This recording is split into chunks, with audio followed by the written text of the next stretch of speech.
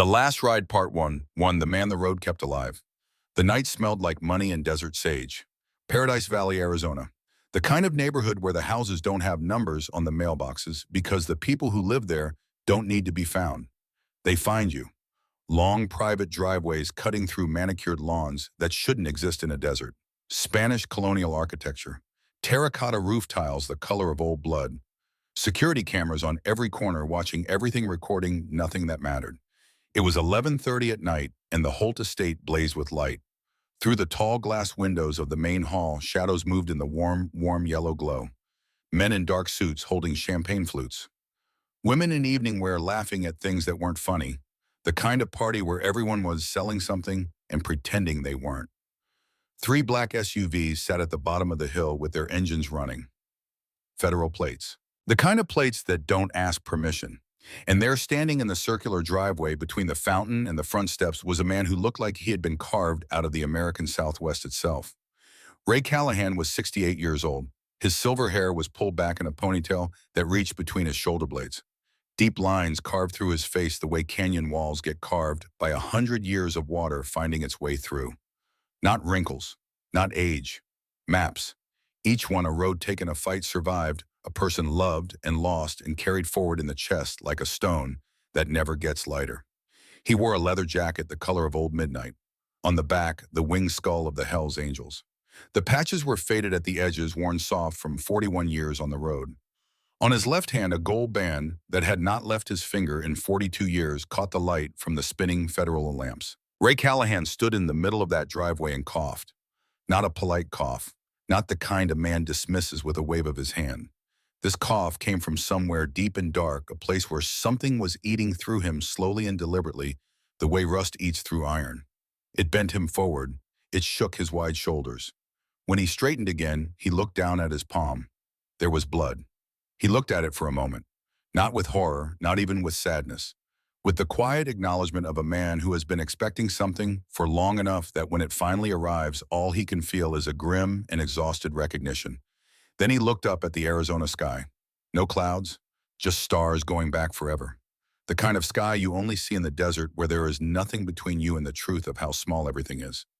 Behind him, 5 more motorcycles idled at the edge of the driveway, chrome catching the blue and red flicker of the federal lights. 5 men in leather sitting still as statues watching the house. They weren't moving. They weren't talking. They were simply there the way mountains are there. Permanent, immovable. Patient in the way that only men who have ridden through enough storms learn to be patient. 20 yards away, a young woman stood with her hands pressed flat against the front of her Waitress apron as if she needed something solid to hold on to. Her honey-brown hair had come loose from its ponytail over the course of a very long night. Her green eyes were fixed on the front door of the house, where 3 federal agents were walking a man in a charcoal suit toward one of the black SUVs. The man in the charcoal suit was 42 years old and had the build of someone who had never done a hard day's physical labor in his life, but had paid a great deal of money to look like he had. His hands were cuffed behind his back. His hair, which had been styled with product that cost more than the young woman made in a shift, was coming apart. For the first time in what was probably a very long time, Marcus Derrick Holt looked like what he actually was. Just a man. Just a small, frightened man wrapped in expensive clothes. The young woman watched him being guided into the back seat of the SUV. She did not look away. She did not flinch. She had spent enough of her life flinching. 30 feet to her left, a woman in dark jeans and a leather messenger bag stood with a recorder extended toward a federal agent who was reading from a prepared statement. She was 28 years old with auburn hair and eyes that could strip the varnish off a lie at 50 paces. She had her father's jaw and her mother's stillness. The kind of stillness that isn't absence. The kind that's presence concentrated. She was watching Ray. Ray was still looking up at the sky. This is where it ends. But to understand why it matters, you have to go back. 56 hours. Back to the beginning of the last road Ray Callahan would ever ride, and the diner at the edge of the desert where everything changed. 56 hours earlier, Route 66. There is no road in America quite like it. Other highways get you somewhere faster. Other roads are more efficient, more modern, more direct. But Route 66 is not about efficiency. It never was. It is about the fact of moving, about the particular American belief that as long as you are in motion, something will work itself out. The desert sun hung low over the horizon, painting the sky in layers of burnt orange and deep rose, and a shade of purple that exists only in the American Southwest and only for about 11 minutes each evening. Heat shimmered off the asphalt in waves. The scrub brush on either side of the road was the stubborn, determined kind that grows in places where nothing is supposed to grow, roots reaching 30 feet down for water that barely exists. 6 Harley-Davidson motorcycles traveled east in loose formation, chrome gleaming, leather saddlebags carrying everything 6 men needed for a ride that had no fixed destination. Each bike bore the same emblem. Each rider wore the same patches. The Hells Angels did not travel quietly. They never had. The sound of those 6 engines together was something you felt in your sternum before you heard it with your ears. But within that formation, one man rode slightly apart. Ray Callahan led the group a half-length ahead. Not because he was racing them, not because he needed to be first, because some distances a man has to travel in his own private space even when he is surrounded by his brothers. 3 weeks ago, a doctor in Phoenix had sat across a desk from Ray and used words like inoperable and stage 4 in palliative care, in the careful, practiced way that doctors use those words when they have said them enough times to get comfortable with their own discomfort. Ray had asked only one question: "Can I still ride?" The doctor had looked at him with the expression doctors get when they are deciding how honest to be. For a while he had said, "You'll need to stop when." Ray had walked out before the man finished the sentence. He had not told his brothers the full truth. He had said there was a health situation. He had said it was serious. He had said he wanted to do one more run down Route 66 before things got complicated. Frank Garrett, who everyone had called Bear for 30 years because of his size and because of what happened to a man in Tucson in 1987 that nobody talked about anymore, had looked at Ray for a long moment after hearing this. Bear was 62. He had led the Phoenix chapter for 12 years. He had a face like a weathered cliff and hands that could bend rebar and eyes that had seen enough of the world to know when a man was saying something smaller than what he meant. He had simply nodded. They rode. In the breast pocket of Ray's leather jacket, folded with the precision of a man who has held fragile things carefully for so long, it has become habit, was a letter. The envelope read simply, "Cassie." He had written it 17 times. Each version said the same things in different words. Each version remained unsent. The letter began, "By the time you read this, I'll be gone." But Ray Callahan was not a man built for letters. He was built for engines and road miles in the language of men who communicate through action and silence and the angle of a nod. He had been trying to write this letter for 3 weeks, and what he had in his pocket was the 17th attempt, which was only marginally better than the first 16, which was to say it was still not right and might never be right, and he carried it anyway because carrying it was the only way he knew to keep trying. Cassie was 28 years old. She was a journalist for the Seattle Tribune. She was by every account Ray had found in the years he had been quietly following her career, from a distance extraordinarily good at her work. She had her mother's eyes. She had her mother's way of tilting her head when she was thinking. She had her mother's absolute refusal to let the truth be buried under anything more convenient. Ray had not spoken to her in 5 years. The last time he had seen her, she had been standing in the doorway of her Seattle apartment. Her mother had been dead for 3 months. Ray had ridden his Harley from Phoenix to Seattle in 2 days, needing to see his daughter, needing to make sure she was all right, needing to be a father in the way he had consistently failed to be for most of his adult life.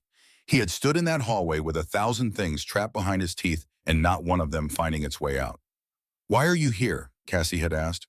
"Wanted to check on you." "Well, I'm fine. You can go now." The door had closed. He had stood in the hallway for 10 minutes. Then he had walked back to his Harley and ridden home. They had not spoken since. The letter in his pocket grew heavier with every mile. The Silver Star Diner appeared on the right side of Route 66, the way certain things appear in the desert, as if it had always been there waiting and you had simply not arrived at it yet. A chrome and neon relic from a time when America moved at a different speed. When a meal was a ceremony and a diner was a sanctuary and a waitress who remembered how you took your coffee was performing a small but genuine act of grace. The sign out front was missing the E in silver, but had been that way for 20 years, and nobody had seen any reason to fix it. The parking lot had more pickup trucks than it had spaces, which meant some of the pickups were parked in the field next door, where the gravel turned back to dirt. 6 Harley-Davidsons pulled into that parking lot and lined up in perfect formation. The bikers went in together. Ray went in and sat alone at the counter. This detail matters. In the corner booth, Bear and the other 5 settled in with the ease of men who have spent their lives making themselves at home in places that weren't. Thomas Garner, who everyone called Wheels at 59, was the quietest of the group. He had dark eyes that watched everything and a stillness that some people mistook for slowness and always regretted. Beside him, a man everyone called Tiny, which was the chapter's oldest joke because Tiny Briggs was 6'5" and 260 pounds of former heavyweight boxing and barely retired menace. Red and Smoke and Doc filled out the rest of the booth, and within 2 minutes they were arguing about something minor and laughing at the argument the way men do when they are comfortable in each other's company. Ray sat at the counter. His coffee had been poured before he sat down. Black, no sugar, no cream. The woman who poured it was 24 years old with honey brown hair pulled back in a ponytail that swung when she moved and green eyes that held something complicated behind the professional warmth. She wore the Silver Star Diner uniform like she had been born in it, moving between tables and counter with the efficiency that comes from 8 months of carrying heavy trays and memorizing 200 orders and learning which customers needed a refill before they asked. Her name was Nora Beckett. She had worked at the Silver Star for 8 months. She had seen Ray Callahan come through 4 times in 10 years. She remembered the coffee. She remembered the ring. She remembered what he had told her 6 months ago on his last visit when she had mentioned the gold band on his left hand. Your wife, she had said, not a question, a recognition. She was lucky, Nora had said, to have someone who still wears the ring. Ray had looked down at the band, at the circle that had not left his finger in 42 years. I was the lucky one, he had said, his voice carrying the texture of a man recalling something both wonderful and irretrievable. She passed 5 years back. Cancer. Nora had placed her hand on his for just a moment. The gesture of someone who knew what loss felt like at an age when she should not have had to know it yet. You keep the love, she had said softly. That's the most beautiful thing I've ever seen. In that moment, Ray had seen his daughter. Not the woman Cassie had become 28 and sharp and armored in the way people get armored when they have been hurt by someone they expected better from, but the girl she had been, the same age as Nora, the same fierce tenderness wrapped around a core of someone who had taught herself not to need too much. Now Nora refilled his coffee without being asked, and he watched the steam rise from the cup, and he thought about the letter in his pocket, and he thought about the thing the doctor had said, and he thought about the cruelty of running out of time before you have figured out what to do with it. You okay, Mr. Callahan, Nora said. You've been sitting there a while. Just thinking. She studied him for a moment with the attentiveness of someone who has spent 8 months reading what people need from their posture and their silences. Don't think too hard, she said. Thinking is how people talk themselves out of doing what they know they need to do. He looked at her. You're probably right about that, he said. She moved down the counter, checking on the booth in the back where a couple from out of state were studying a road map, the old-fashioned paper kind, and Ray watched her work. There was grace in how she moved, but there was also something else, a controlled weariness she had learned to hide behind efficiency, the smile that reached her eyes only partway and stopped as if some internal circuit had been broken and partially rewired and would never quite work the way it was designed to. He recognized that. He had seen it on his daughter's face the last time he stood in her doorway. The front door opened. Ray did not look up immediately. He had learned over 68 years to measure a person by the sound of their arrival. These footsteps were expensive. The sound of leather-soled shoes on linoleum that belonged to someone who has never had to worry about slipping in them. 3 sets of footsteps, moving with the easy authority of men who have spent so long being deferred to that they have stopped noticing they expect it. He heard the quality of silence that moves through a room when people realize something uncomfortable has arrived. Then he heard the voice. It was the voice of a man who had learned early that confidence was a costume anyone could wear if they committed to it fully enough, and who had committed so completely for so long that the costume and the man inside it had fused into something neither of them could tell apart anymore. Hey, service. The snap of fingers that followed was the kind of sound that only works if you are willing to let it work. If you are willing to agree in that moment that the person doing the snapping has the right to snap. Most people faced with that sound and that tone and the dismissal built into 2 syllables find themselves agreeing before they have decided to. Nora had turned from the elderly couple she was helping. Her professional smile was already in place. But Ray, watching from the corner of his eye, saw what flashed across her face in the half-second before the smile locked down. Not irritation, something older than irritation. Recognition. She had seen men like this before. I'll be right with you, she said. Now would be better. The words weren't loud. They didn't need to be behemoi. They carried the weight of a man accustomed to the weight of his own voice making impressions on rooms. In the corner booth, Bear's easy laughter had stopped. All six Hells Angels were watching. Nora finished with the elderly couple. Then she walked to the new booth order pad in hand pen ready. The professional warmth in her voice was real craftsmanship, something she had built and maintained through 8 months of difficult customers and short shifts and tips that never quite added up to enough. "What can I get you, gentlemen?" The man in the charcoal suit didn't look at her face. His gaze traveled down then up in the slow, deliberate manner of someone conducting an assessment of property rather than acknowledging a human being. "Coffee," he said, "and tell me, is anything in this place actually edible, or should we just save time and leave?" The two men with him laughed. The sound was the kind of laughter that isn't really about humor. It's about agreement, about two people confirming to a third that he is, yes, as impressive as he believes himself to be. "Coffee's fresh," Nora said. "Food's honest, can't promise more than that." "Honest food." The man leaned back in the booth, spreading his arms across the top of the seat like a man claiming territory. His name, Ray would learn later, was Marcus Derrick Holt. He was 42 years old, CEO of Holt Meridian Grove, one of the largest real estate development firms in Arizona. He had been profiled in 3 business magazines in the past 2 years. He owned a 6,000 square foot home in Paradise Valley and a vacation property in Sedona and a condominium in Scottsdale he used for reasons that did not involve sleeping. He had grown up with nothing. This detail is important. The cruelty Derrick Holt was capable of was not the cruelty of someone who had always had everything. It was the cruelty of someone who had once had nothing and had decided that the only way to ensure he never had nothing again was to stand on top of everyone else. What that original wound looked like, Ray would not learn until the following afternoon in a living room in Tempe. But the shape of the damage was visible from across a diner counter if you knew what damage looked like when it had been dressed up in expensive clothes for long enough. "That low bar," Derek said, looking around the diner. "But I suppose in a place like this, low bars are all you've got." "I'll give you a minute to look at the menu," Nora said. Her voice was still controlled, still professional, the perfect surface of someone who has learned to keep the real thing underneath. She turned to go. "Wait," she stopped. She turned back. "Yes," he looked at her again, slower this time. "How long have you been working here?" 8 months. 8 months waiting tables." He paused the way people pause when they want their next words to land with maximum effect. "How old are you?" Her jaw tightened. "Only slightly. Is there something specific you'd like to order?" "Just curious. You look young, early 20s. What are you putting yourself through? College or something?" He leaned forward. His cologne reached across the space between them, the expensive, heavy kind that announces itself well in advance. "Let me give you some advice. A girl who looks like you is wasting herself in a place like this. I run a company in Phoenix, Holt Meridian Group. Maybe you've heard of it." She shook her head. "Well, you should have.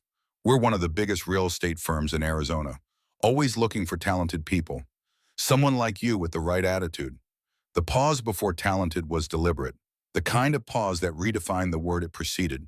"Could go very far. The money would certainly be better than what you're making here." "I appreciate the offer," Nora said, and the steadiness in her voice was the most impressive thing Ray had seen all week. "But I'm fine where I am. Are you?" He glanced around the diner with the expression of someone walking through a museum of things that no longer have relevance. "Really? Because from where I'm sitting, you're pouring coffee for truck drivers in the middle of nowhere. That's not much of a future."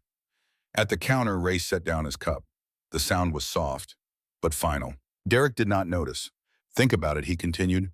"I'm serious about the offer. A girl with your assets could go very far in the right environment."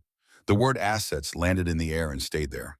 Nora's face had shifted, still composed, still professional, but underneath something was tightening. "I'll get your coffee," she said.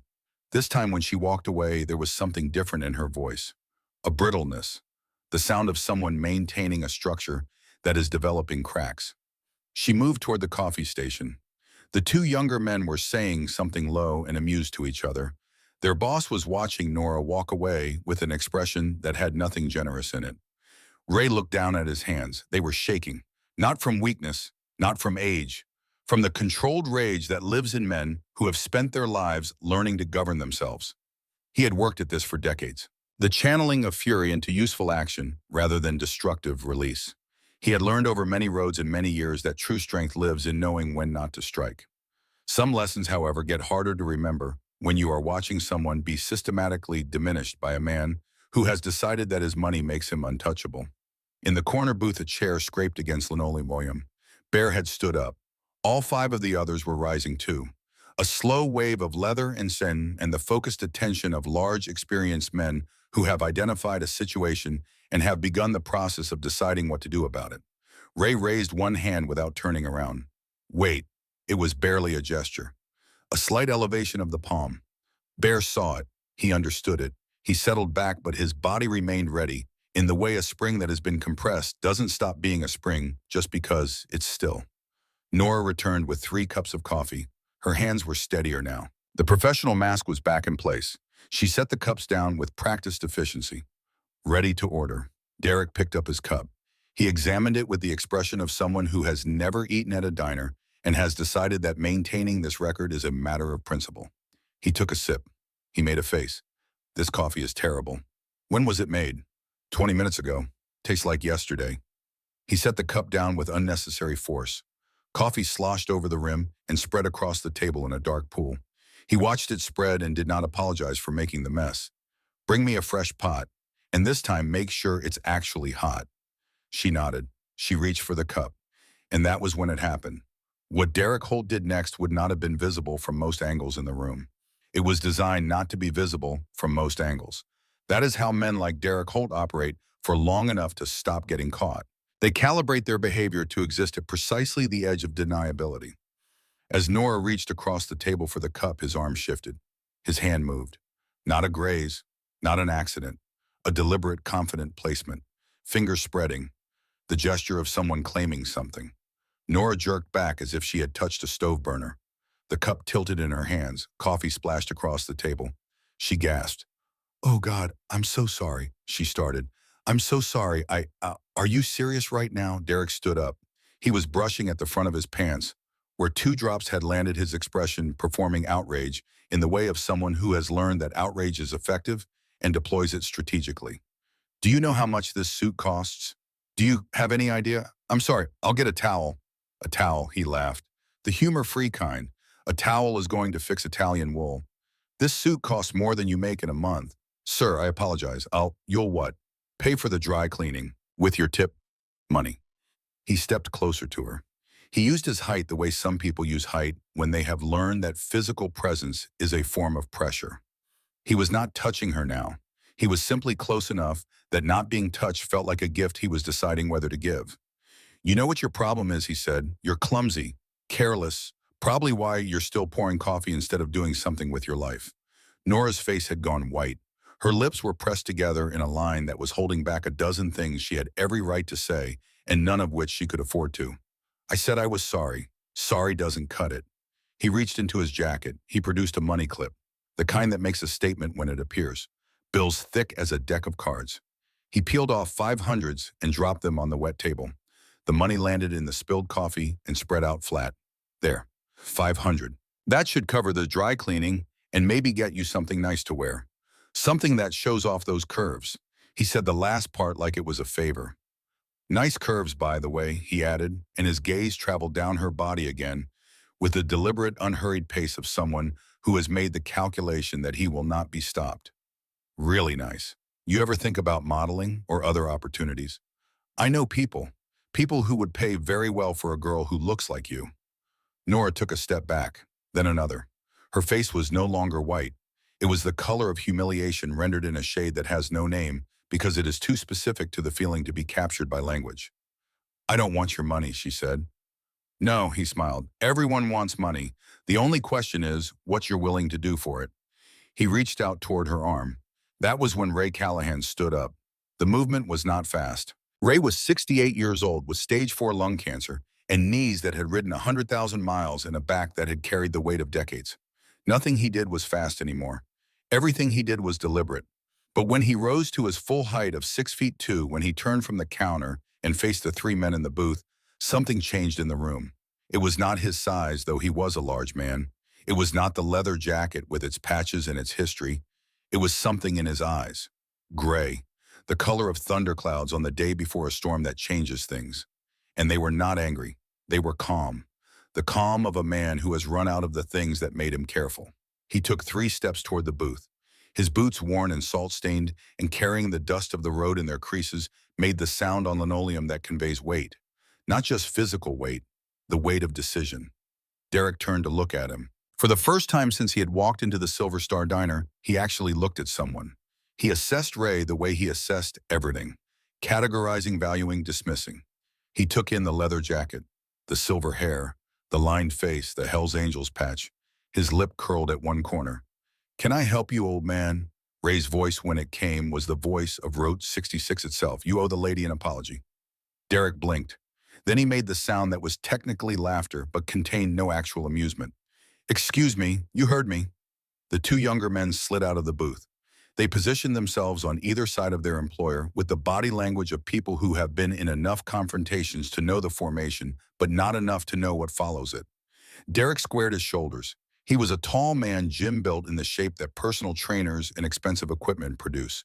He looked Ray up and down with open contempt. "Do you know who I am?" "No," Ray said.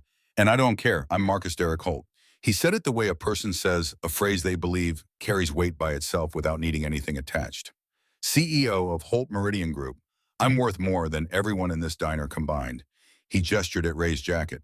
"And you're some old biker who probably hasn't had a legal job in 40 years. So why don't you sit back down and mind your own business before you get hurt?" Ray did not move.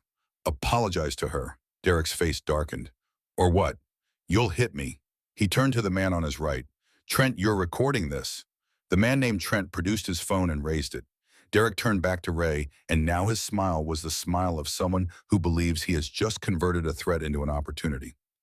"Go ahead, old man. Touch me. I've got lawyers who eat guys like you for breakfast. I'll own whatever rust bucket you rode in on. I'll own your house. He stopped, because Ray had taken another step forward, and now they were separated by less than 2 feet. At this distance, Derek could see things he could not see from across the room. He could see the deep lines around Ray's eyes, carved not from vanity mirrors, but from years of squinting into sun and wind and grief. He could see the tattoos on Ray's forearms. Old ink done in the 1970s before tattooing was something you did to be interesting when it meant something permanent about who you had decided to be. He could see the scar tissue on Ray's knuckles, the kind that accumulates over many years of holding on to things and sometimes hitting things and living a life that required using your hands for more than typing. And he could see Ray's eyes, still calm. That calmness was the most frightening thing Derek Holt had encountered in a very long time. Because rage, he understood. Rage had edges you could find and grab and use against a person. Rage told you where the limits were. This had no edges. "I'm not going to touch you," Ray said. His voice was quiet enough that only the people closest could hear it. "I'm giving you a choice. You can apologize to Miss Beckett. You can leave your money on the table for the kivvy you owe, and then you can walk out that door and drive back to Phoenix and never come to this diner again. Or," he paused, or what Derek said. The certainty in his voice was thinner than it had been 60 seconds ago. "Or we see what happens next." Derek's gaze moved past Ray to the back of the diner. 6 chairs had scraped against the linoleum floor in perfect quiet unison. 6 men were standing. Bare, wheels, tiny, red, smoke. Doc. They did not rush forward. They did not shout or gesture or make any kind of performative threat. They simply stood. A wall of leather and years in the stillness that belongs to men who have never needed to prove anything through noise. They waited. Derek looked at them, then back at Ray. "You think this impresses me?" He was working to keep his voice at its usual register. "A bunch of old bikers. I know exactly who you are. Hell's Angels. Criminals. I could have every single one of you standing up." Ray said. "That's all we're doing. Standing up. We're having coffee. Same as you." Derek's jaw tightened. If he backed down, he lost something in front of his people that he could not afford to lose. If he escalated, he was outnumbered 7-1 in a room full of witnesses and a phone already recording whatever happened next. "You want to know what I think," Derek said, and stepped forward until he and Ray were almost chest to chest. He tapped Ray's chest with one finger. Hard enough to make the point without technically being assault. "I think you're a washed-up old man trying to play hero.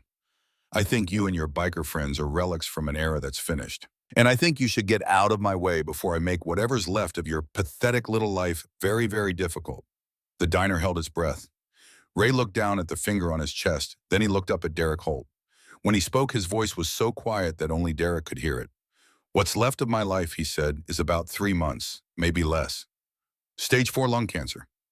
Doctor told me 5 weeks ago." Derek blinked.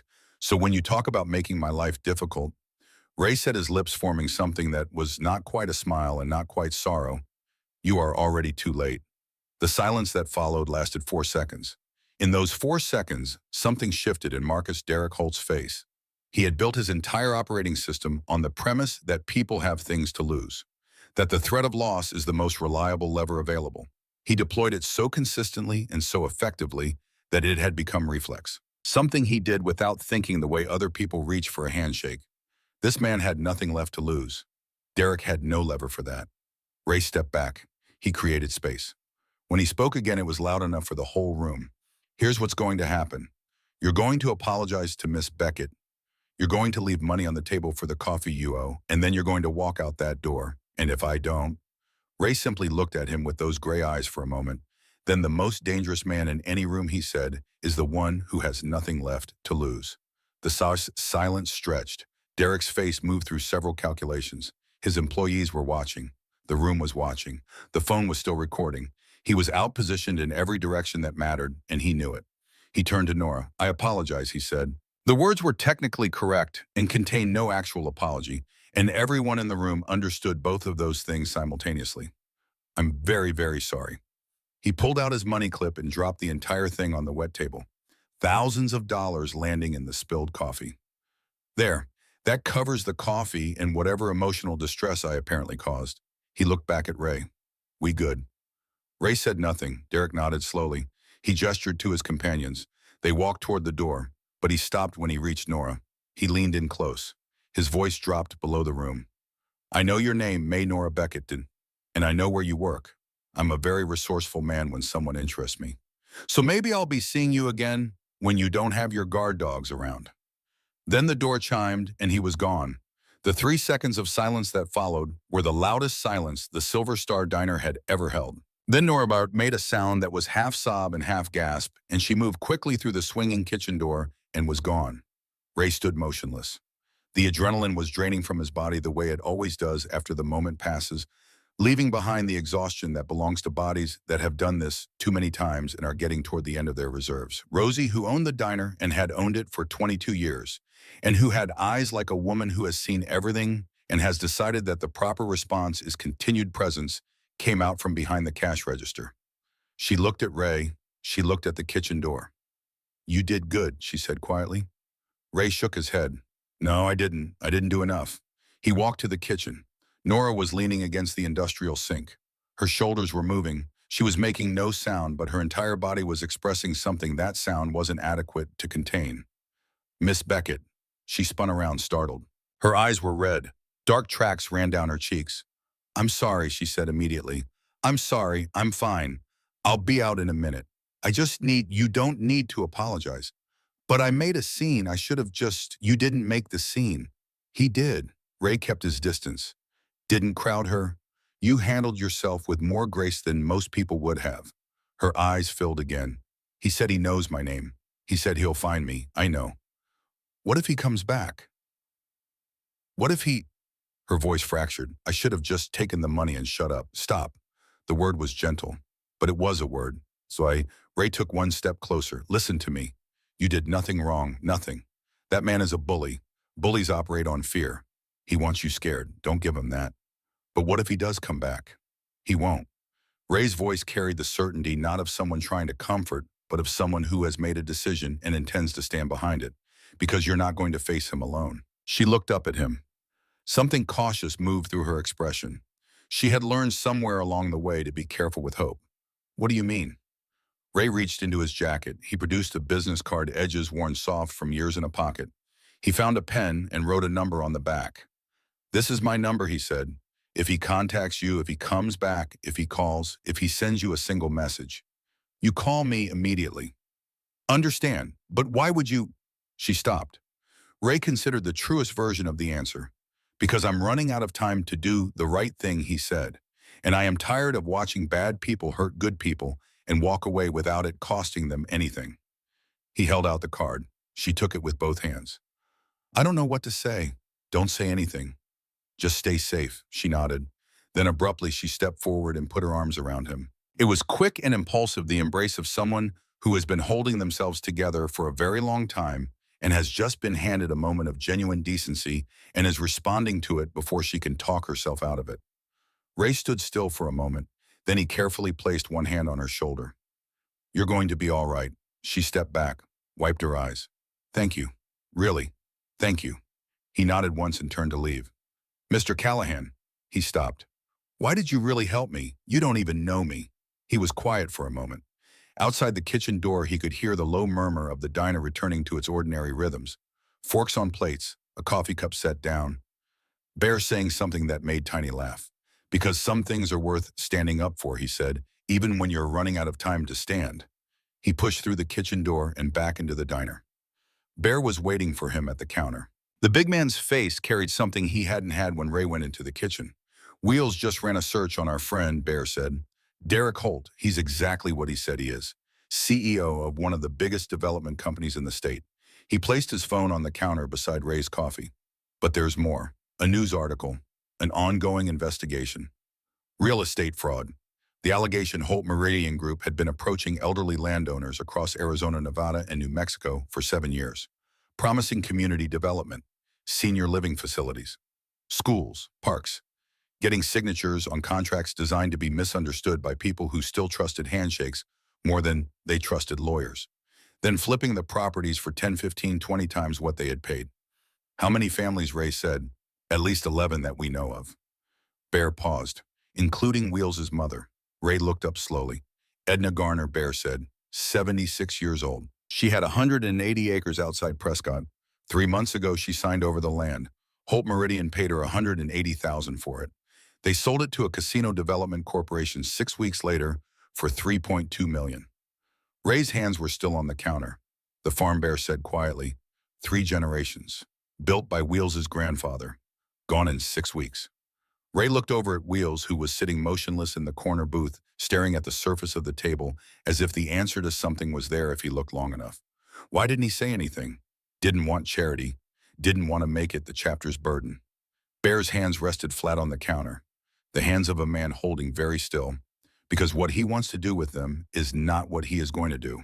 So, what are we going to do about it? Ray looked out the window. The desert evening was coming in.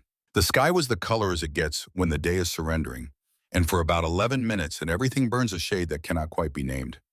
He thought about the letter in his pocket, about 3 months, about 5 weeks already gone. He thought about what you do when you have one last chance to stand for something. He pulled out his phone, an old flip model. He scrolled through the contacts until he found the name he was looking for. Vivian Bradford, attorney at law, retired prosecutor, old friend. He looked at the number for a moment, then he kept scrolling, to a name he had not pressed in 5 years, Cassie. He held the phone and looked at the name for a long time. He thought about 17 letters, about a hallway in Seattle and a door that closed in the 10 minutes he had stood there before walking back to his motorcycle. He pressed the button. The phone rang once, twice, 3 times. On the 4th ring, it went to voicemail. "This is Cassie Callahan with the Seattle Tribune. Leave a message." The beep sounded like a door closing. Ray opened his mouth, closed it. How do you compress 5 years of silence into 30 seconds? "Cassie," he said. His voice sounded strange to his own ears, uncertain in the way of something that has been stored unused for a long time. "It's your father. I need to talk to you. It's important. Please call me back." He hung up before he could say the things that needed to be said and couldn't be said on a voicemail. Bear was watching him. "You think she'll call back?" "No. Then why call?" Ray looked out at Route 66, at the road stretching away into the darkening desert in both directions. "Because I have to try." Bear said nothing. He understood this. Some things you do not because you believe they will work, but because not doing them would be a kind of surrender, and some men do not surrender. They sat in silence. Outside, the last of the sunset was going. Then Ray's phone rang. Unknown number. He answered. "Callahan, Dad." The word hit him somewhere behind the sternum and stayed there the way certain things stay when they arrive after a long absence. Not soft, not gentle, just real in the way that only things you have been missing for a very long time are real when they finally come back. He had not heard her call him that in 5 years. He closed his eyes for 1 second. "Cassie." "I saw a missed call." Her voice was professional, controlled. The voice of someone who had learned to keep the real instrument behind the public one. "Is something wrong? I need your help," he said. "With something. With what?" There's a man, Marcus Derek Holt, CEO of a development company out of Phoenix. He Holt Meridian Group. Ray went still. You know who he is? I've been investigating him for 3 months. The silence between them reorganized itself. Ray looked at Bear. Bear looked back at him. 3 months, Ray said. Real estate fraud. She spoke the way she spoke when she was working. Focused. Efficient. Clipped in the way of someone moving through information they have been living with for long enough that it has become landscape. He's been targeting elderly landowners across the tri-state area. Promising community development, getting signatures on documents people don't fully understand, then flipping the properties for enormous profit. I'm working on a piece right now. Then I need to tell you what I just saw him do, Ray said. And I need to tell you about 11 families who might be willing to talk to you, including one who is family to me. There was a pause on the other end. Not long, but present, long enough to mean something. Where are you? Silver Star Diner. Route 66, about 40 miles outside of Flagstaff. You know the one. Chrome and neon signs, been missing a letter for 20 years. A beat. I can be there tomorrow morning. He felt something he had not felt in weeks. Not hope exactly. Something in the territory adjacent to it. Something that moved. Cassie, I'm coming for the story, Dad. She said it clearly without apology because she was her mother's daughter, and her mother had never believed in softening the truth to make it easier to carry. Not for you. I need to be clear about that. The line went dead. Ray held the phone. His hands were not shaking anymore. Bear was watching him. She's coming. Ray set the phone down on the counter. He looked at it for a moment. She said she's coming for the story. Bear was quiet. But she's coming. Ray looked back out the window. At the desert night settling in around Route 66. At the road that had carried him through 41 years of being a particular kind of man. A man who rode toward things rather than away from them. Who stood when standing was required. Who had failed at the most important version of that principle 5 years ago. And had been paying for it in the currency of silence ever since. Yeah, he said. She's coming. Outside, the last light left the sky. The neon sign of the Silver Star Diner buzzed to life in the darkness, casting red and silver across the parking lot, across the 6 motorcycles lined up in formation, across the asphalt of Route 66, stretching away in both directions toward everything that was still possible and everything that was running out. Ray Callahan was 68 years old. He had stage 4 lung cancer. He had 3 months, maybe less. But somewhere out there on the interstate between Phoenix and a diner at the edge of nowhere, his daughter was driving toward him. And for the first time in 5 years, he was exactly where he was supposed to be. The road ahead was dark, but he had ridden in the dark before. The Last Ride, Part 2. The weight of buried truth. The morning came in the way Arizona mornings do in June. Absolute and without apology. The sun rose over the eastern desert, not gradually, but all at once, as if it had been waiting behind the horizon with considerable impatience, and had finally decided enough was enough. Ray had not slept. He had sat at the counter of the Silver Star Diner until Rosie turned the closed sign over at 2 in the morning and told him with the gentle firmness of a woman who has been running a diner for 22 years that he needed to either rent a room at the motel next door or fold himself into one of the booths. He had taken the motel room. He had lain on the bed with his boots still on and watched the ceiling and listened to the sound of the highway outside and felt the burning in his chest. That was either the cancer or something else, and thought about his daughter driving through the night toward him. Bear and the others had taken rooms down the same row.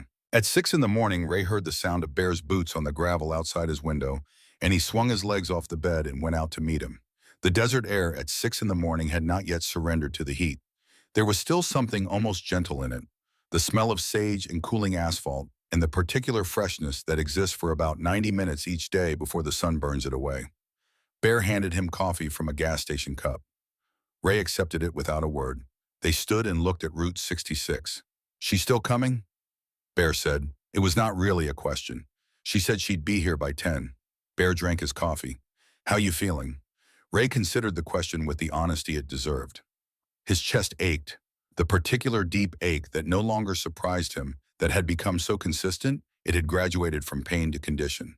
His breathing was shallower than it had been a month ago. He knew what that meant without wanting to name it. Like a man with 3 months, he said. So not great. Bear made a sound that was not quite a laugh and not quite anything else. They stood there until the sun got serious about its intentions, and then they went inside and had breakfast, and Ray ate more than he had eaten in 2 weeks because he knew he was going to need whatever his body could still convert into something useful.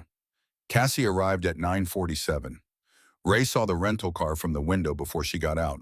A practical sedan, dark blue, the kind of car chosen by someone who is going to be driving long distances for work and has no interest in the statement the vehicle makes about them. He watched her get out. She moved with the focused efficiency of someone who had somewhere to be and knew exactly how to get there. Auburn hair pulled back, dark jeans, a blazer that had seen better days, but which she wore with the unconscious authority of someone who has decided that what they wear is a vehicle for getting work done, not a performance. A leather messenger bag over one shoulder, the strap worn soft at the buckle from years of carrying notebooks and recorders and the weight of stories that needed to be told. She paused outside the car for a moment. She looked at the Silver Star Diner. Then she looked at the 6 Harley-Davidsons still parked in formation along the edge of the lot. Something moved across her face that Ray, watching from the window, could not entirely read. He had always been better at reading road conditions than the faces of the people he loved. This was one of many things he had come to understand too late. He watched her walk to the door. The chime rang. She stepped inside. For a moment, they simply looked at each other across the length of the diner.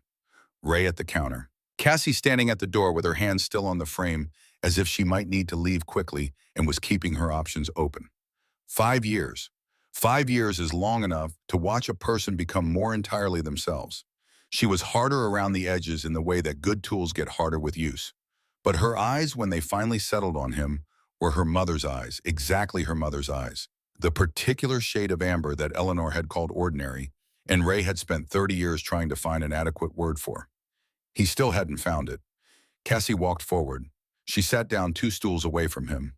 She placed her messenger bag on the stool between them, the leather strap landing with a deliberate finality that communicated more clearly than most sentences. Dad, Cassie. The silence that followed was not empty. It was extremely full. It was full of Seattle and Phoenix and the distance between them, full of a hallway 5 years ago, and a door that closed in all the miles Ray had put between himself and the things he owed her. You look terrible, she said. Cancer will do that. The word landed between them on the diner counter. Neither of them looked directly at it. You said you needed my help with Marcus Derek Holt. She pulled out her notebook. Her pen was already uncapped. You didn't mention you were dying. Would it have changed whether you came? She looked at him steadily. I don't know, she said. Maybe. There was something honest in that, maybe. Something that was not the door closing, but was also not the door open. It was the door as it actually existed, partially ajar in the complicated way that doors between parents and children who have hurt each other tend to exist. Let's start with what you saw. He told her everything. He told it the way he would have told it to any professional who needed the facts and nothing extra. The arrival, the voice, the systematic quality of the harassment, the deliberate nature of the touch, the money dropped on the wet table, the particular way a man like Derek Holt had of making degradation feel like an offer. Cassie wrote quickly. Her handwriting was sharp and angled the handwriting of someone who thinks faster than most people talk. How many witnesses? Every person in this diner, including 6 members of the Hells Angels. She looked up. Hells Angels aren't credible witnesses in a courtroom. They are if they're telling the truth. The truth and what a jury believes, she said, are 2 different things. You know that. Then we need more than testimony. Agreed. She wrote something, then she looked up again. You mentioned 11 families. Bear slid out of the corner booth and walked over. He introduced himself without preamble. Frank Garrett. He extended his hand. She shook it without hesitation, the handshake of someone who had spent enough time in difficult rooms to know that judgments about people made from their appearance were usually wrong in the ways that mattered. My friend's mother, Bear said. Edna Garner, 76 years old, lost her family farm 3 months ago, 180 acres outside Prescott. Holt Meridian promised a senior living community. She sold them the land for $180,000. They flipped it to a casino developer for $3.2 million. Cassie's pen moved without pause. Do you have documentation? The contract she signed, the deed transfer, county records showing the secondary sale. That's a start. I'll need to speak with Mrs. Garner directly. She's expecting you. Cassie looked at Ray. He caught something shift in her expression. Not warmth exactly, but a slight softening of the professional distance. The way a wall doesn't disappear, but sometimes you can see through it. You've been busy, she said. The boys rode up to Prescott this morning, made some calls. These are good people, Cassie. They lost their land because they trusted the wrong man. She looked down at her notebook. When she looked back up, something in her eyes had changed. I know the type, she said quietly. I've covered this kind of story before. Wealthy developers targeting vulnerable populations. It's a pattern across the country. They find the people who still believe a handshake means something. They exploit exactly that. Then you know how it usually ends. The developers keep the money and the families lose everything. Not this time. Her voice carried something in it that he recognized from Eleanor, a specific quality of refusal, a bone-deep unwillingness to allow the inevitable to stay inevitable. I've been building a case against Holt for 3 months. I have financial records. I have preliminary testimony from 2 families in Nevada. But I need more. I need the pattern to be undeniable. Bear nodded. The families in Prescott will talk. They're frightened, but they'll talk. There's also the harassment, Cassie said. She looked toward the kitchen, where Nora had been working the morning shift quieter than usual, flinching slightly each time the door opened. Miss Beckett, would she be willing to give an on-record interview? Ray watched Nora through the pass-through window. She was scraping a griddle with the methodical focus of someone doing physical work to keep their mind from doing something more painful.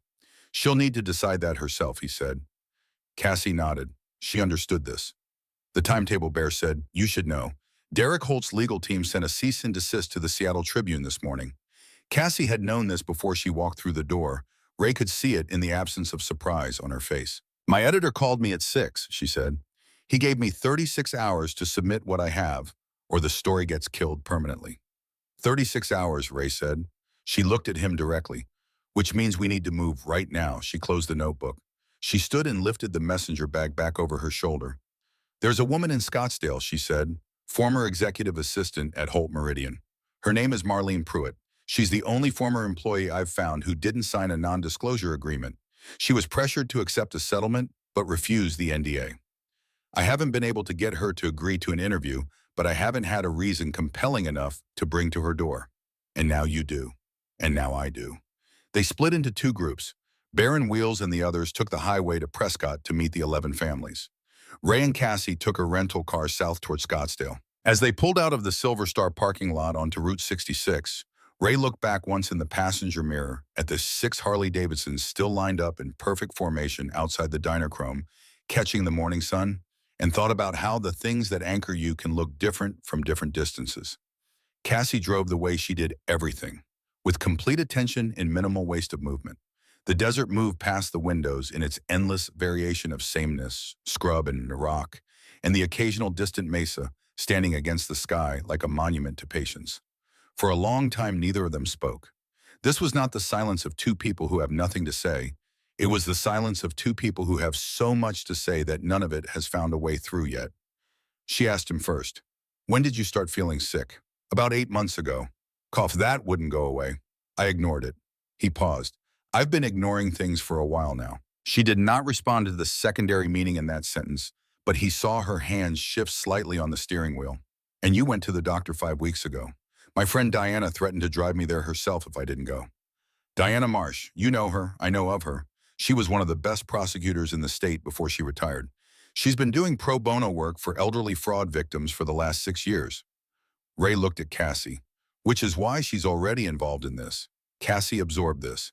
You called her before you called me, she said. I called you first. You didn't pick up. The silence reformed around them. Different now, slightly more textured. How long, she said. Really? 3 months, maybe a little more.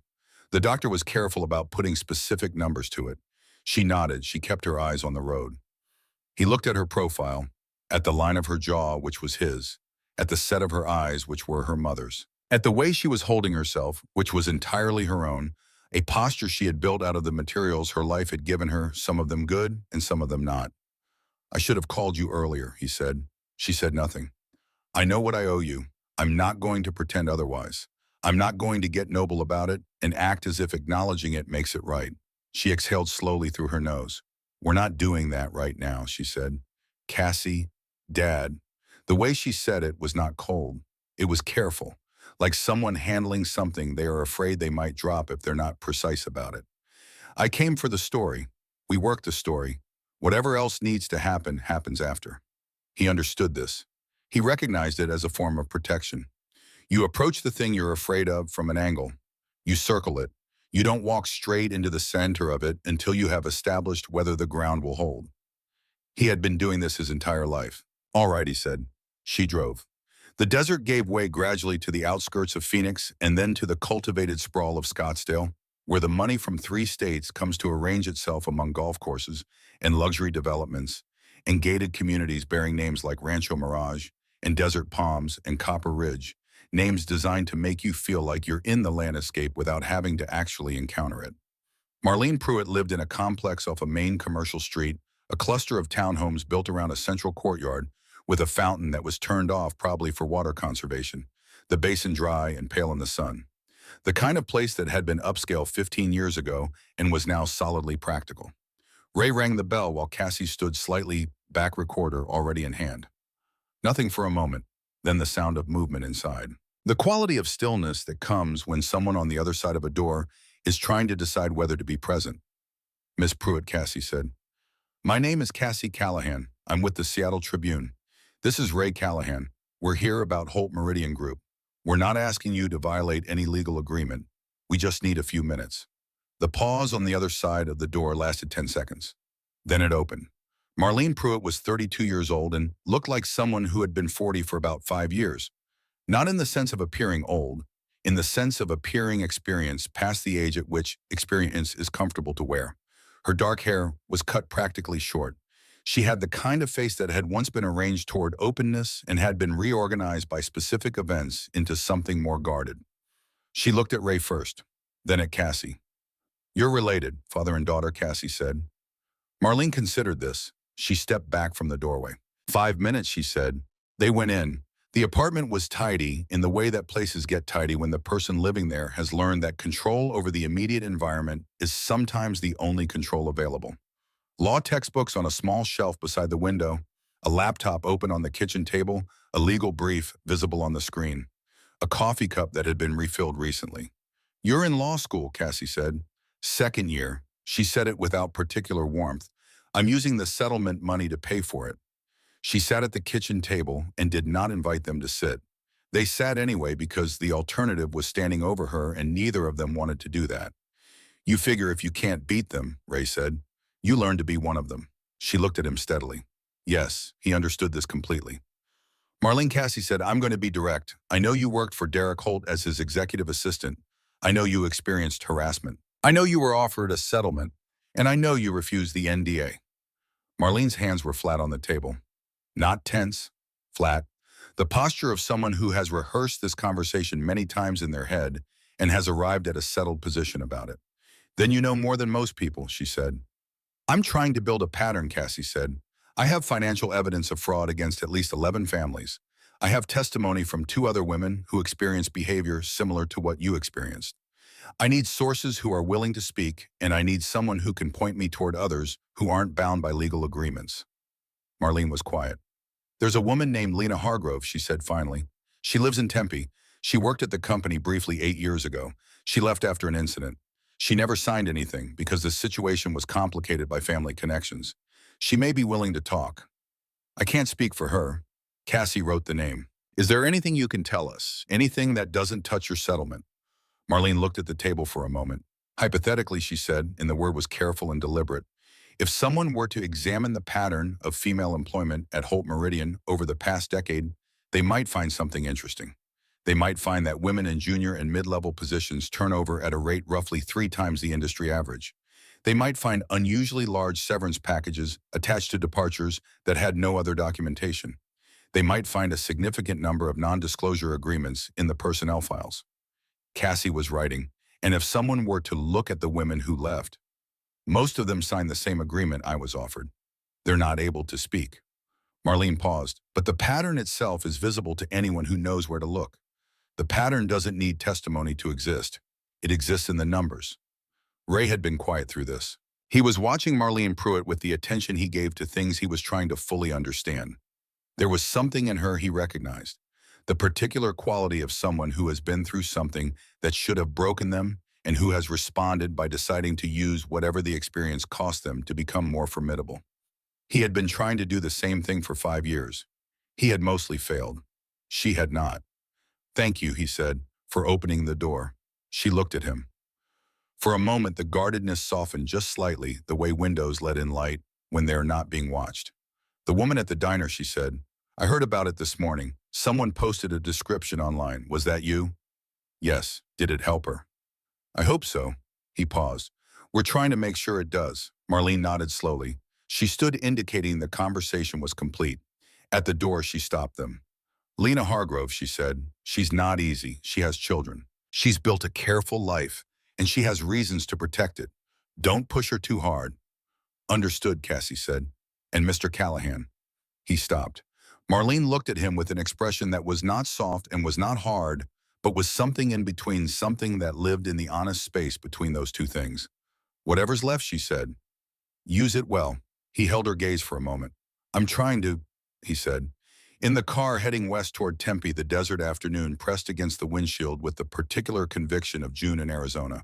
The air conditioning worked hard. Outside, everything shimmered. Ray was looking at the road. Tell me about your mother, Cassie said. He turned to look at her. She kept her eyes forward. I'm not asking as a journalist, she said it quietly. I'm asking because I've spent 5 years with a version of her death that is only mine, and I don't know your version. And I think I need to know your version before I can understand anything else. Ray was quiet for a long time.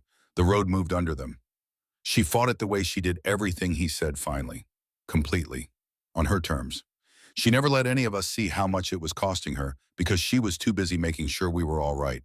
3 years of treatment, and she spent more energy managing our fear than managing her own.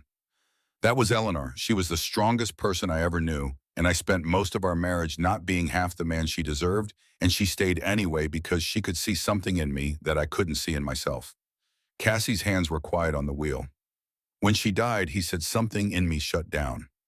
Not grief. I know what grief feels like. I've lost people.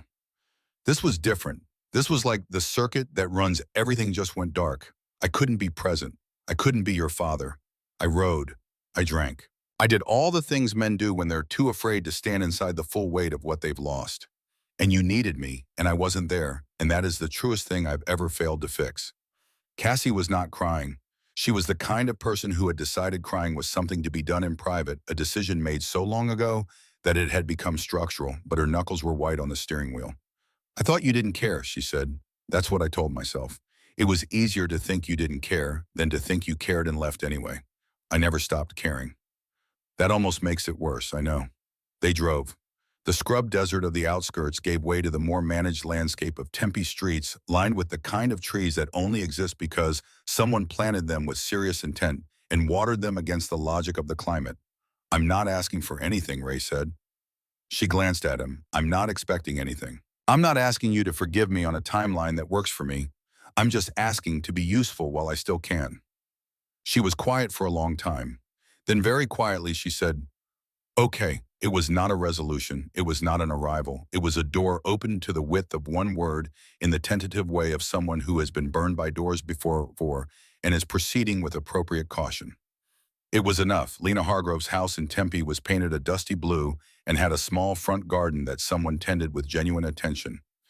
Drought-tolerant plants arranged with care. A child's bicycle lying on its side near the front step. The kind of intentional carelessness that belongs to a household with young children and not enough hours in the day. A woman was crouched near a raised planter bed along the front wall, wearing gardening gloves and the focused expression of someone using physical work to process something that thinking alone wasn't resolving. She looked up when they pulled to the curb. She was 41 years old with light brown hair pulled back under a battered baseball cap and eyes that held the particular wariness of someone who has been surprised by life enough times to have developed an early warning system. She was fit in the way that comes from actual activity rather than deliberate effort, and she held herself with the upright posture of someone who has decided after a period of not standing straight to stand straight again. She stood when she saw them approach. She pulled off her gardening gloves. I don't know you, she said, but her voice was more resigned than surprised. My name is Cassie Callahan. I'm a journalist. This is Ray Callahan. Lena looked at Ray with the same measuring gaze that everyone looked at Ray with, assessing the leather jacket, the patches, the silver hair, the lined face, and arriving somewhere beyond the obvious conclusions. I have nothing to say about Marcus Holt, she said. We're not asking you to say anything about him specifically, Cassie said. We're asking you to help protect other women from experiencing what you experienced. Something moved through Lena Hargrove's face at these words. Quick, deep. The movement of something that has been kept under pressure for a long time encountering an opening. You don't know what I experienced, she said. No, Ray said, but I know you worked for Holt Meridian 8 years ago and left abruptly. And I know you divorced your husband 3 years later. I know those two facts are connected in a way that cost you a great deal. She looked at him steadily. The woman at the diner yesterday, he said. Her name is Nora. She's 24 years old. She's trying to decide whether speaking up is worth what it will cost her. And she is not going to make that decision correctly without understanding what it actually costs. Lena Hargrove stood for a long moment looking at Ray Callahan. Come inside, she said. Inside the house was warm and lived in. Children's art covered the refrigerator door, overlapping layers of crayon and watercolor, and the particular confident line of kids who haven't yet been taught to doubt their own expression. A photo on the side table showed Lena with 2 children, a girl and a boy, both around 8 years old. They had her eyes. She sat on the arm of the sofa rather than in it, the posture of someone who has not yet decided how long they're staying. I was 29, she said. My master's in business administration was 4 months old. My husband, Devin, worked for his brother. He arranged for me to get a position at the company executive assistant to the CFO. It seemed like a good start. She spoke with the careful flatness of someone who has told a story so many times in their own head that they've removed the emotion from it the way you remove bones from fish. The shape is still there. The story still moves. But you don't choke on anything. Derek was always inappropriate, she said. Comments about how I looked, standing close in ways that required you to step back. I thought it was bad social calibration. Devin said that was just how his brother was, that I was being too sensitive, that Marcus meant well. She stopped. At a company event, she said, a fundraiser for a children's hospital, which I have always found particularly repugnant in retrospect. He cornered me in a hallway. He told me I was wasting my potential being married to Devin. He told me I deserved better. He tried to kiss me. Her hands were very still in her lap. I pushed him away. I told him to stop. He laughed. He said I was being dramatic, that I should be flattered. And then he said something. She paused. She looked at the middle distance for a moment at some point in the air between herself and the far wall where the past was still visible. He said, everything in this company belongs to me, including you. The room was quiet. I reported it to HR, she said. They told me they would investigate. 2 days later, I was in a meeting with Derek and 2 of his lawyers, and they explained that I had misunderstood a compliment. They offered me a severance package if I would leave quietly. Did you take it, Cassie said. I went to Devin instead. Ray already knew where this was going. He had known since the parking lot of Marlene Pruitt's townhome. But knowing where a story goes and hearing it arrive are different things. He didn't believe you. Lena looked at Ray. He said I must have misread the situation. He said Marcus would never. He said I was creating drama. He said I was making things difficult for the family. She said these things without particular bitterness, with the matter-of-fact quality of someone who has moved past bitterness into something more like clear-eyed sorrow. I walked out of the company the next morning. No severance, no reference, just left. My marriage lasted another 5 years technically, but it was over that day. Devin never stopped believing I had fabricated or exaggerated the whole thing. He chose his brother over me every single day for 5 years in ways both large and small, and finally I decided that I had children who were watching me accept that as normal, and I could not allow that. Cassie was writing. Would you be willing to speak on record, she said. Lena looked at her children's art on the refrigerator. I have 2 children, she said. I know. If I go on record, Derek Holt will come after me. He will try to discredit me. He will use his lawyers. He will use his connections. Yes. He probably will. Cassie said it without softening. This was the quality Ray had recognized in her from the first phone call. She understood that the greatest disservice you can do to someone who is trying to make a difficult decision is to make the difficulty appear smaller than it is. But you won't be alone, Ray said. We're building a case with multiple voices. And there's something else, he paused. He had been going to say something about the legal framework, about Diana Marsh, and the protective structures available to witnesses. Instead, he said something else because it was truer. I'm a man with 3 months left to live, he said, which means I have 3 months of whatever I can still do. And what I can do is make sure that you and Nora Beckett and every other person in this situation is not standing by themselves. Lena Hargrove looked at him for a long time. He held her gaze without asking anything from it. There's something you should know, she said finally. Both Ray and Cassie waited. Lena looked at her hands. What I'm about to tell you is not something I've told anyone outside of a therapy session, she said. I've spent 8 years working out whether it changes anything. Whether understanding why someone does something alters the judgment of what they've done. I still don't have a clean answer to that question, but I think you need to know it. She looked up. When I was still married to Devin, I had access to the family history. Derek and Devin's family history. They grew up in New Mexico. Their father ran a cattle ranch, 200 acres, that had been in the Holt family for 3 generations. When Derek was 14, a real estate development company approached the family. They promised to build a residential community. Good for the region, good for employment, good for the family. Their father signed the contract. He didn't read it carefully enough, or the language was designed not to be read carefully, which is something I've come to believe was deliberate. She stopped. The company took the land for a fraction of what it was worth and turned it into a commercial resort. The family got enough money to barely cover their relocation. Their father never recovered from it. He died when Derek was 22.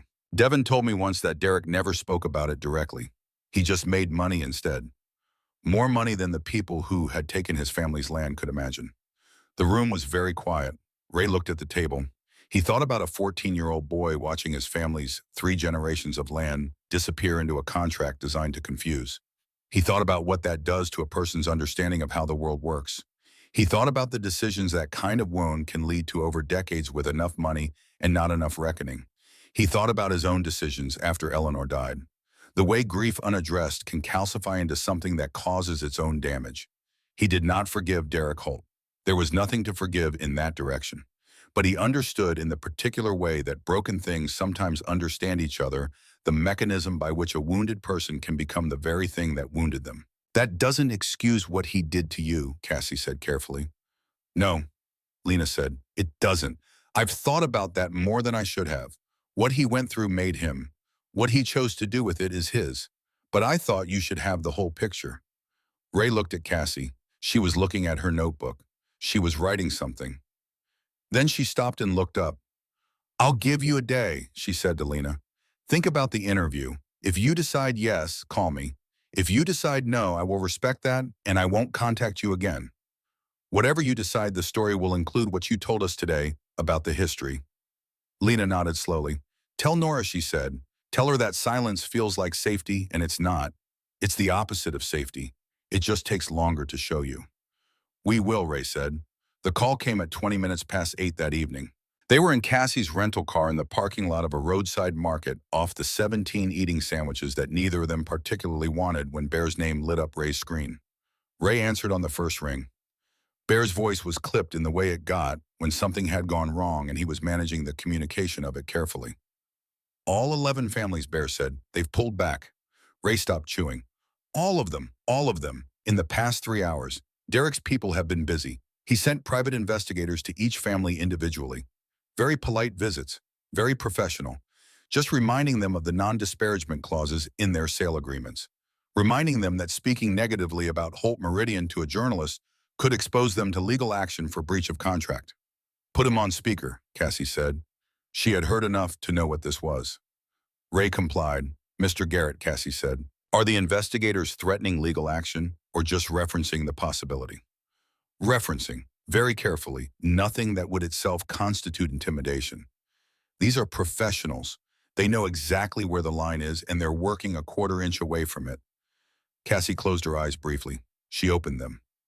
He's moving fast, she said, and it gets worse. Bear's voice dropped slightly. I just got a call from Lena Hargrove. She called to tell us she can't do the interview. She's sorry, but she has her kids to think about. Cassie's jaw tightened. What about Marlene Pruitt, Ray said. Bear was quiet for a moment. She's also out. She says the legal risk to her law school placement is too great if Holt decides to challenge her settlement. They sat in the parking lot as the desert evening pressed in from all sides. 36 hours, Cassie said. We have 36 hours minus whatever we've already used and we have no witnesses, no on-record testimony, and 11 families who are now too frightened to speak. Ray looked through the windshield at the dark highway. They were running out of road. The full weight of the situation was apparent to both of them. Without testimony, Cassie had financial records that suggested fraud but couldn't be the whole story. A newspaper couldn't run a fraud allegation of this magnitude on documents alone. She needed voices. She needed people whose faces and names and lives made the numbers into human beings. And Derek Holt, with one afternoon's work, had managed to silence every single one of them. Bear, Ray said. Tell the families in Prescott they're not alone. Tell them we're not going away, Copy Bear said. And Ray, there's one more thing. What? Wheels just got a call from his mother. Ray went still. Bear's voice was careful. She wants to talk to him in person. Tonight. They drove to Prescott in the dark. It took an hour and 20 minutes. Cassie drove. Ray watched the desert turn from the flat expanse of the valley floor to the higher, cooler terrain of the Bradshaw Mountains, Pinone and Juniper, replacing the saguaro, the road climbing in long curves through the dark. He thought about Edna Garner. He had never met her, but he knew her the way you know people, through the people who love them. He knew she was 76 and had worked that land since before Wheels was born. He knew her husband had built the original farmhouse with his own hands in 1954, and that Wheels had been born in that house. He knew she had watched her father-in-law build the outbuildings, had watched Wheels grow up learning the particular knowledge of land that you can only get by living on it for generations, the knowledge that lives in the body rather than the mind. He knew all of this the way he knew most things about the people in his chapter, through proximity and years, and the way people reveal themselves when they're not performing. And he knew that 3 months ago in a conference room at a Prescott attorney's office, Edna Garner had sat across a table from two men in suits and had signed a document that had ended something her family had spent 3 generations building. The Garner farmhouse was on a county road 8 miles east of Prescott proper. The house was modest and old and had the particular quality of structures that have been added to gradually over many decades functional extensions built as need arose, each one a different shade of paint. The porch light was on. 3 vehicles in the dirt drive, including Bear's truck and Wheels' Harley. They went inside. The front room was crowded with men too large for the furniture. Bear and Wheels, and Red and Smoke, arranged around the room in the careful postures of people who are holding themselves quietly because the situation calls for quiet. The woman at the center of the room was small and white-haired and entirely in charge of everything around her in the way that very old women of certain character are in charge of everything around them, whether or not anyone has discussed it. Edna Garner was 76 years old, and she looked like Route 66 itself, worn and essential and considerably more durable than she appeared. She looked at Ray when he came in. "You're the one who stood up for that girl," she said. "I tried to," he said. She studied him for a moment with the eyes of someone who has been studying things for a very long time and has become very good at it. "Sit down," she said. They sat. She remained standing. She went to the kitchen table and picked up something. A small digital recorder of the kind that were popular in the late 90s. She held it up. 17 years ago, she said, my husband Clarence was trying to sell a tractor to a man from Tucson. The man was charming and he seemed honest and he offered a very good price. Clarence was about to shake on it when I said, wait. I turned on this recorder and I set it on the table between them. And I said, why don't we just make sure we both understand the terms the same way? The room was very quiet. The man from Tucson got very polite and left very quickly, and we never saw him again, Edna said. Clarence asked me afterward how I knew. She paused. I told him I didn't know. I just thought it was better to be careful than to be right about someone after the fact. She looked at Cassie. I turned this recorder on, she said, the first time those men from Holt Meridian came to talk to me about the land. I turned it on every single time they came. I turned it on in the attorney's office when I signed the papers. She set the recorder on the table. There are 11 recordings on here, total of about 4 hours. Cassie leaned forward. She was very still. Mrs. Garner, she said carefully, the sale agreement you signed included a non-disparagement clause. Yes, I know. A clause like that would typically restrict you from making negative public statements about Holt Meridian. Edna Garner looked at Cassie Callahan with the expression of someone who has been underestimated by people far more impressive than the person in front of them. I'm not making any statements, she said. I'm showing you recordings of conversations that happened. Those are their words, not mine. She paused. My attorney tells me there's a meaningful legal difference between me saying something negative and me having a recording of other people saying things that happen to be negative about themselves. Cassie looked at Ray. Ray looked at the recorder on the kitchen table. Mrs. Garner. Cassie said slowly, has your attorney listened to these recordings? She saw them last week. Edna sat down finally in the chair at the head of the table. She told me that if the recordings contain what I believe they contain, they may represent evidence of fraudulent misrepresentation that falls outside the scope of the non-disparagement clause. What do they contain? Cassie said. The men from Holt Meridian told me the land would be used for a senior living community. They told me there was a letter of intent from an elder care organization.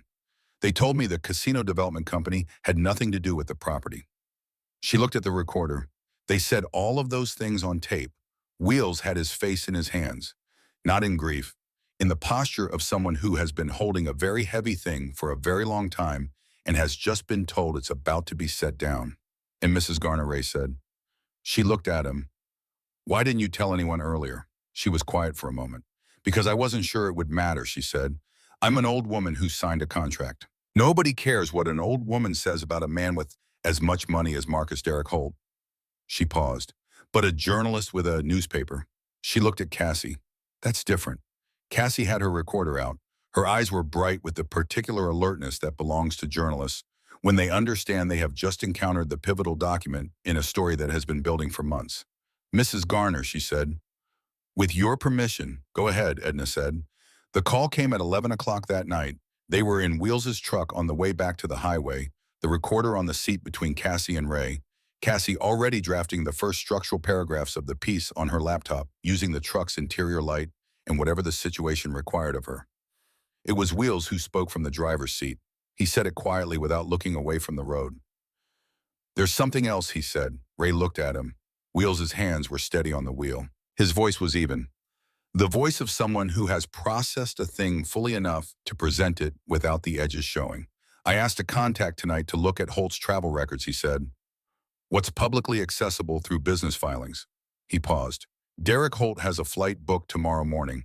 Private charter departing Scottsdale at 11. Destination listed as Grand Cayman. The truck was very quiet.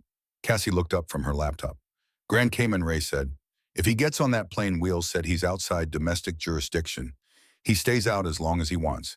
He has accounts there. Business interests. He can operate from anywhere. How did he know, Cassie said.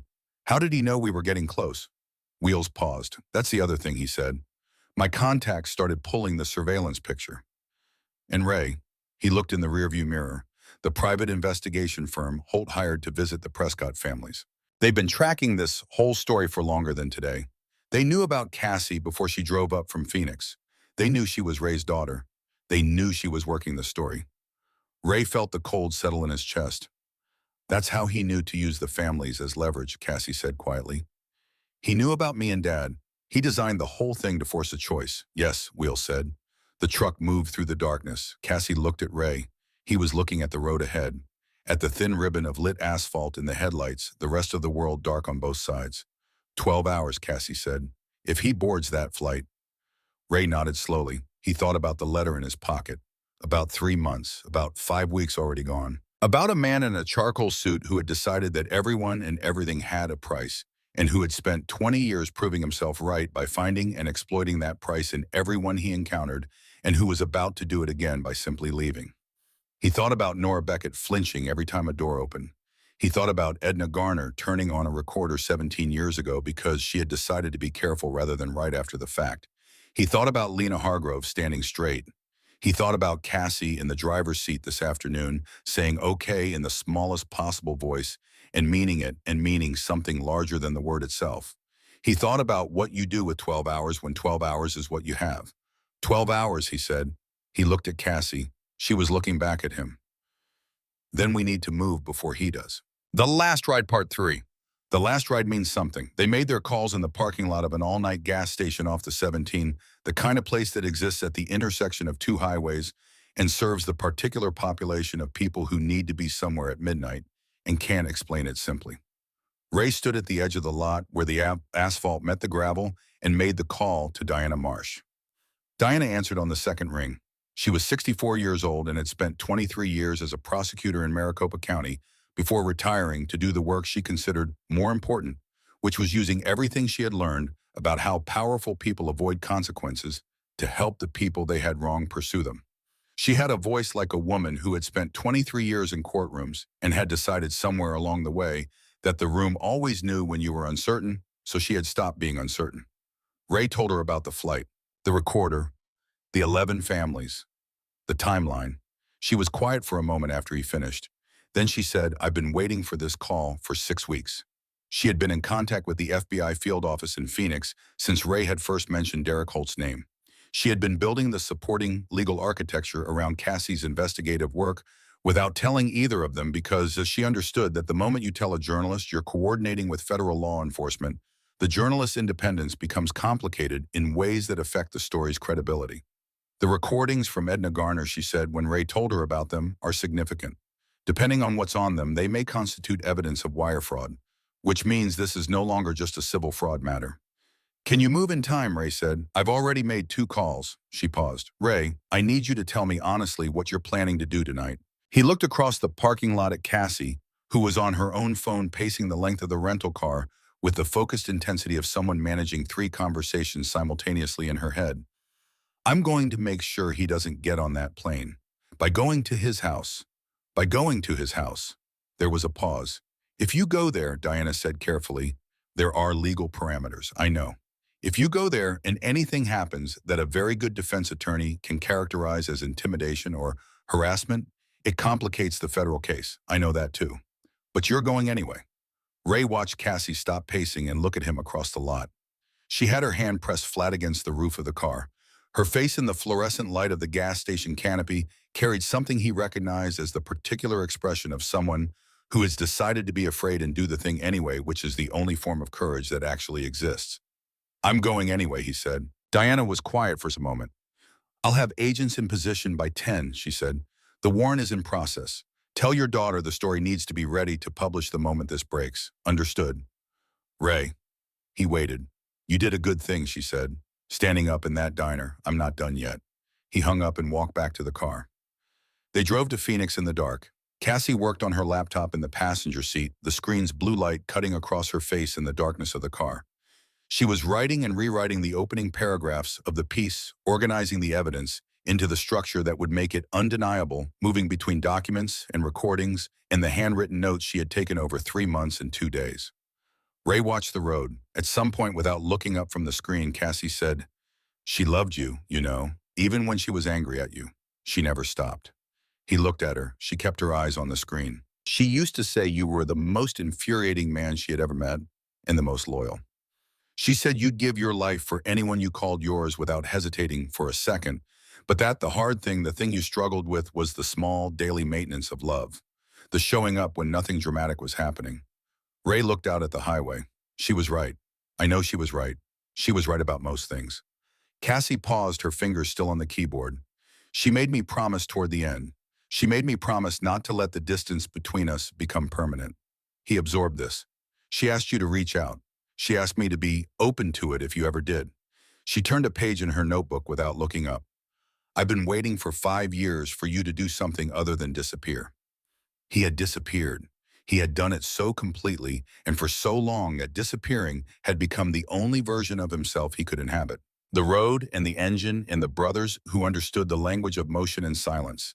These were the things he had used to fill the space where the harder things should have been. I'm here now, he said. She looked at him briefly. I know, she said. Then she went back to writing. They drove.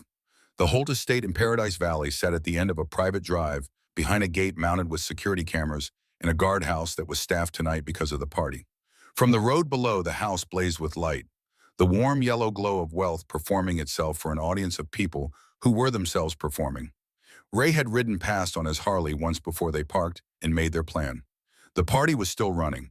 He had counted 12 vehicles in the circular driveway and the overflow lot to the side, a catering truck, 2 private security SUVs. The kind of event where the host's arrest would be noticed by people whose opinions, once informed, would become part of the record. Good. That was the point. Bear had arrived from Prescott 40 minutes earlier with Wheels and Tiny and the others. They had parked their motorcycles on the service road that ran behind the estate's property line and walked through the scrub to the lower edge of the lot.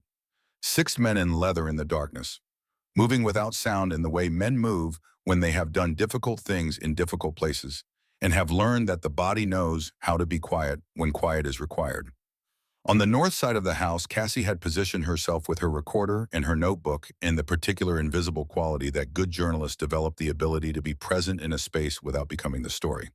She had arranged for 3 things to happen in sequence. The first was already in motion. Nora Beckett's car was parked on the street 100 yards from the gate. Lena Hargrove's car was beside it. Marlene Pruitt's car was behind them both.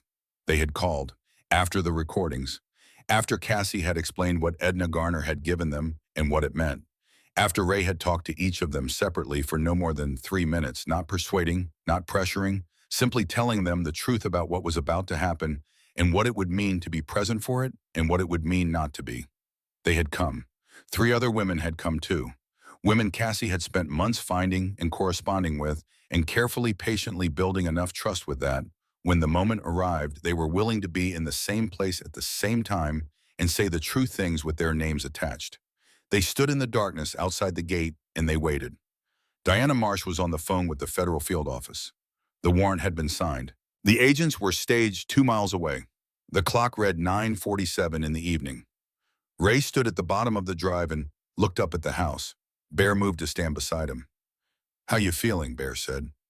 Ray breathed in the desert air, the sage and the cooling stone, the smell of a night that was about to become something people would describe to other people for years. "Like a man with about 12 weeks left," he said, "which is enough." Bear looked at the house. "Hell of a way to spend them." Ray almost smiled. "Yeah," he said, "it is." Bear clapped him once on the shoulder with the particular weight of a man who knows that some moments don't need words extended around them. Ray walked up the drive. The security guard at the gate was 25 years old and carrying himself with the practiced alertness of someone who had been trained to project authority he was still growing into. He stepped out of the guardhouse with one hand moving toward his radio. Then he saw the patches. Then he saw the 5 men standing in perfect formation behind the first man. His hand stopped. Ray walked to the booth and stopped at the gate. "We're here to see Marcus Derek Holt," he said. "Tell him it's about a business matter. Tell him we represent Edna Garner and 10 other families whose land he purchased over the past 3 years." The guard stared at him. He picked up his radio. "Sir," he said, voice steady despite everything, "we have a situation at the gate." The voice that came back was smooth and controlled. The voice of a man who was at his own party, surrounded by powerful people, and expected the security apparatus of his life to handle the small things. "What kind of situation?" "6 motorcycles, Hell's Angels, sir. They say they want to talk about a business matter. They're mentioning specific property transactions." There was a pause. It lasted 4 seconds. "Let them in," said the voice. The guard looked at Ray with the expression of someone who has just been handed a decision by a superior and is not entirely comfortable with it. He opened the gate. Ray walked through. The circular driveway was everything the rest of the neighborhood had been preparing you for.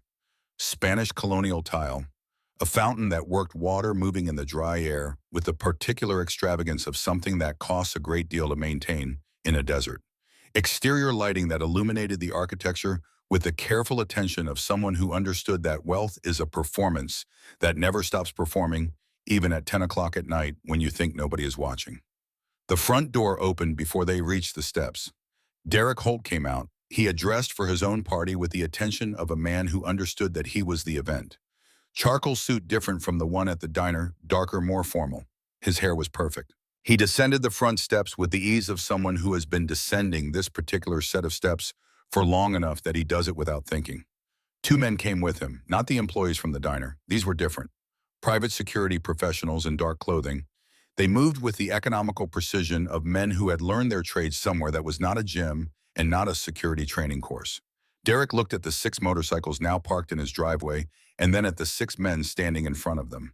His expression was composed. "This is unexpected," he said. He said it the way he said everything, with the cadence of a man performing a version of himself that he has been perfecting for 20 years. "I don't usually conduct business at social gatherings." Ray stepped forward. "We're not here for business." Derek's composed expression did not change. His gaze moved across the group with the assessing quality that never left him. Even at parties, even at 10 o'clock at night, even surrounded by the architecture of everything he had built. "Then what are you here for? To make sure you don't get on that plane tomorrow morning." Derek's jaw tightened. Barely. The fraction of a millimeter that a man like Derek Holt allows his face to show what he's thinking, which is considerably less than what he's actually thinking. "I don't know what you're referring to," he said.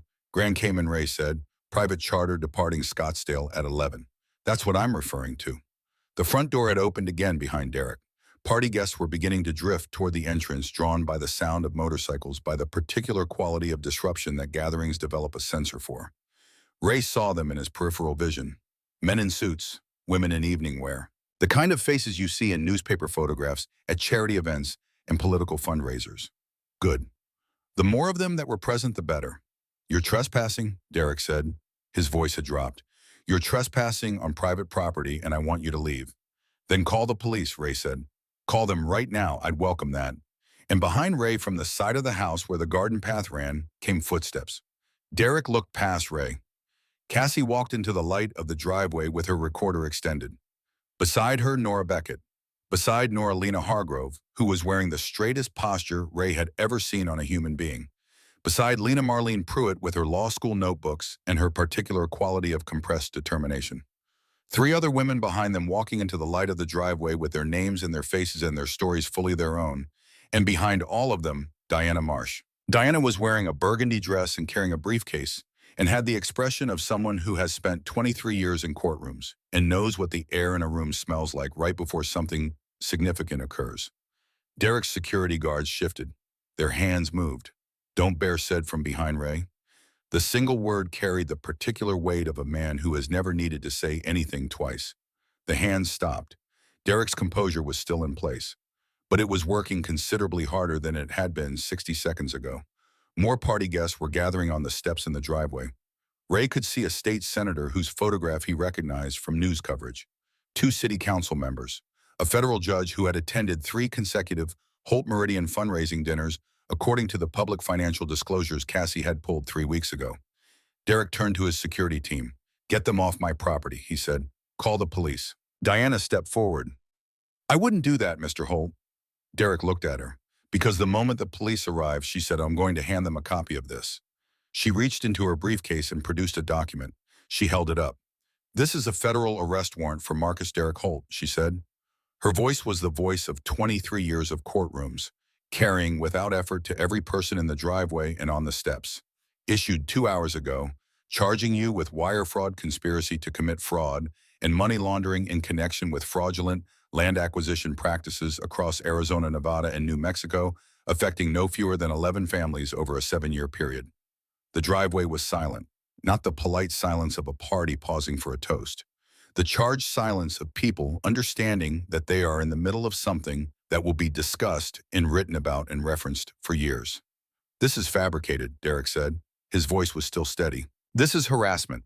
You are trespassing on my property and making slanderous accusations, and I have lawyers who will have every single one of you in court by the end of the week. Nora Beckett stepped forward. She was wearing jeans and a jacket over her Silver Star Diner uniform because she had come directly from her shift. She had honey brown hair, loose around her face tonight, and green eyes that held something different from what Ray had seen in them 2 days ago in the diner kitchen. That had been fear wearing the clothes of composure. What she was wearing now was something else entirely. My name is May Nora Beckett, she said. 2 days ago, Marcus Derek Holt came into the restaurant where I work. He harassed me. He made sexual comments about my appearance. He touched me without my consent.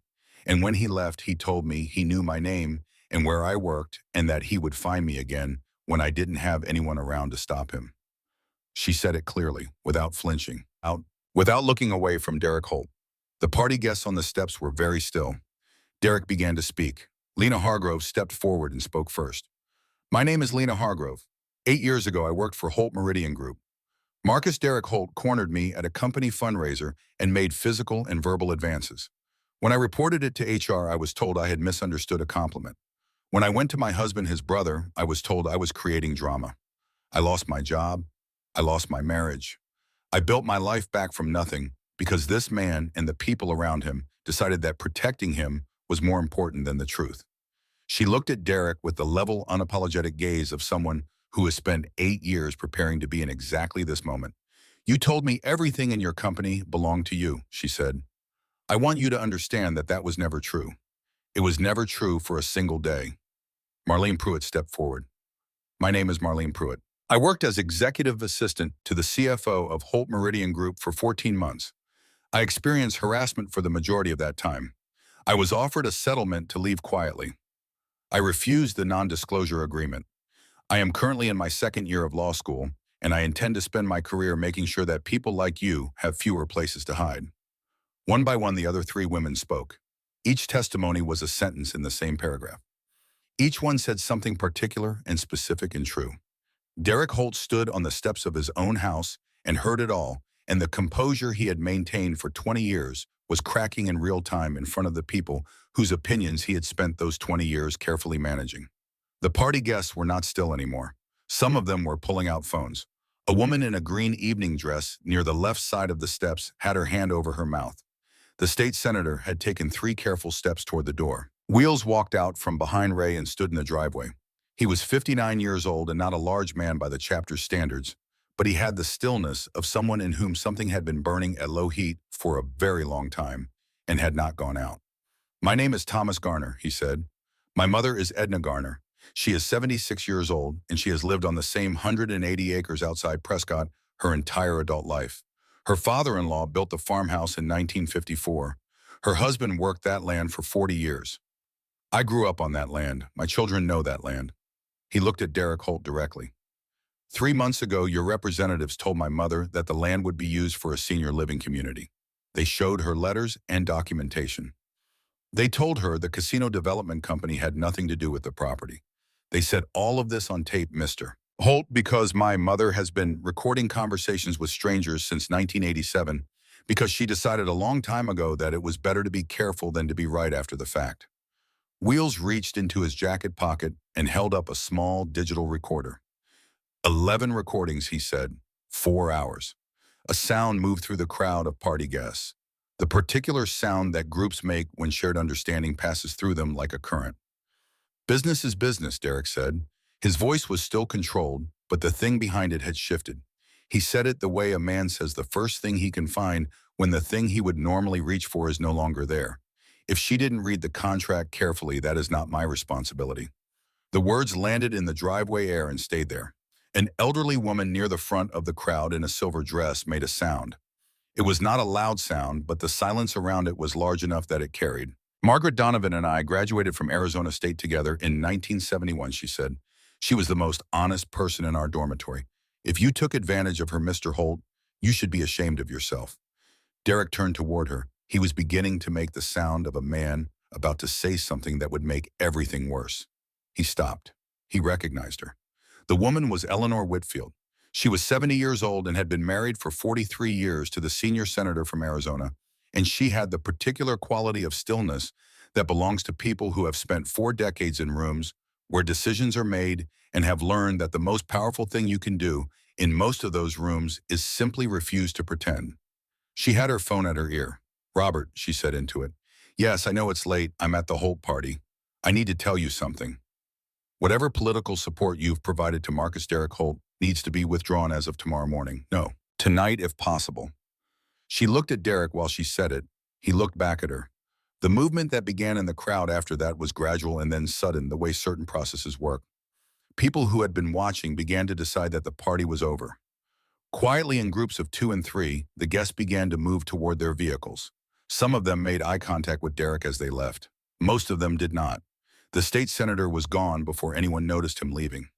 The driveway was emptying. Derek stood on the front steps of his own house in his charcoal suit and watched it empty, and something that had been operating at full capacity for 20 years was visibly losing power. One of his security guards was speaking quietly into a communication device. Derek looked at Ray.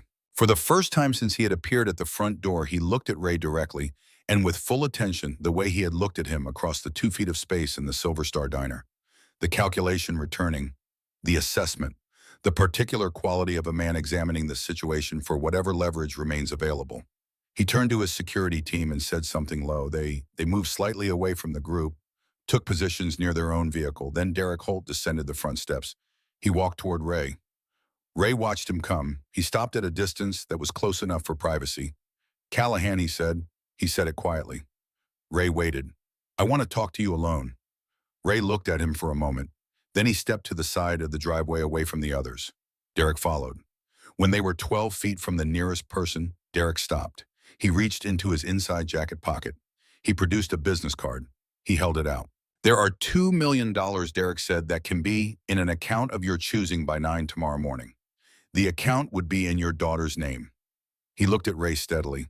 She'd never need to work again if she didn't want to. She could write whatever she wanted to write for the rest of her life without worrying about whether the story was commercially viable. She could have security. She could have time. He paused. In exchange, this story doesn't get filed. It disappears. Everyone goes home. Ray looked at the card. He did not take it. I know what you're thinking, Derek said, but I want you to think about it from her perspective. She's 28 years old.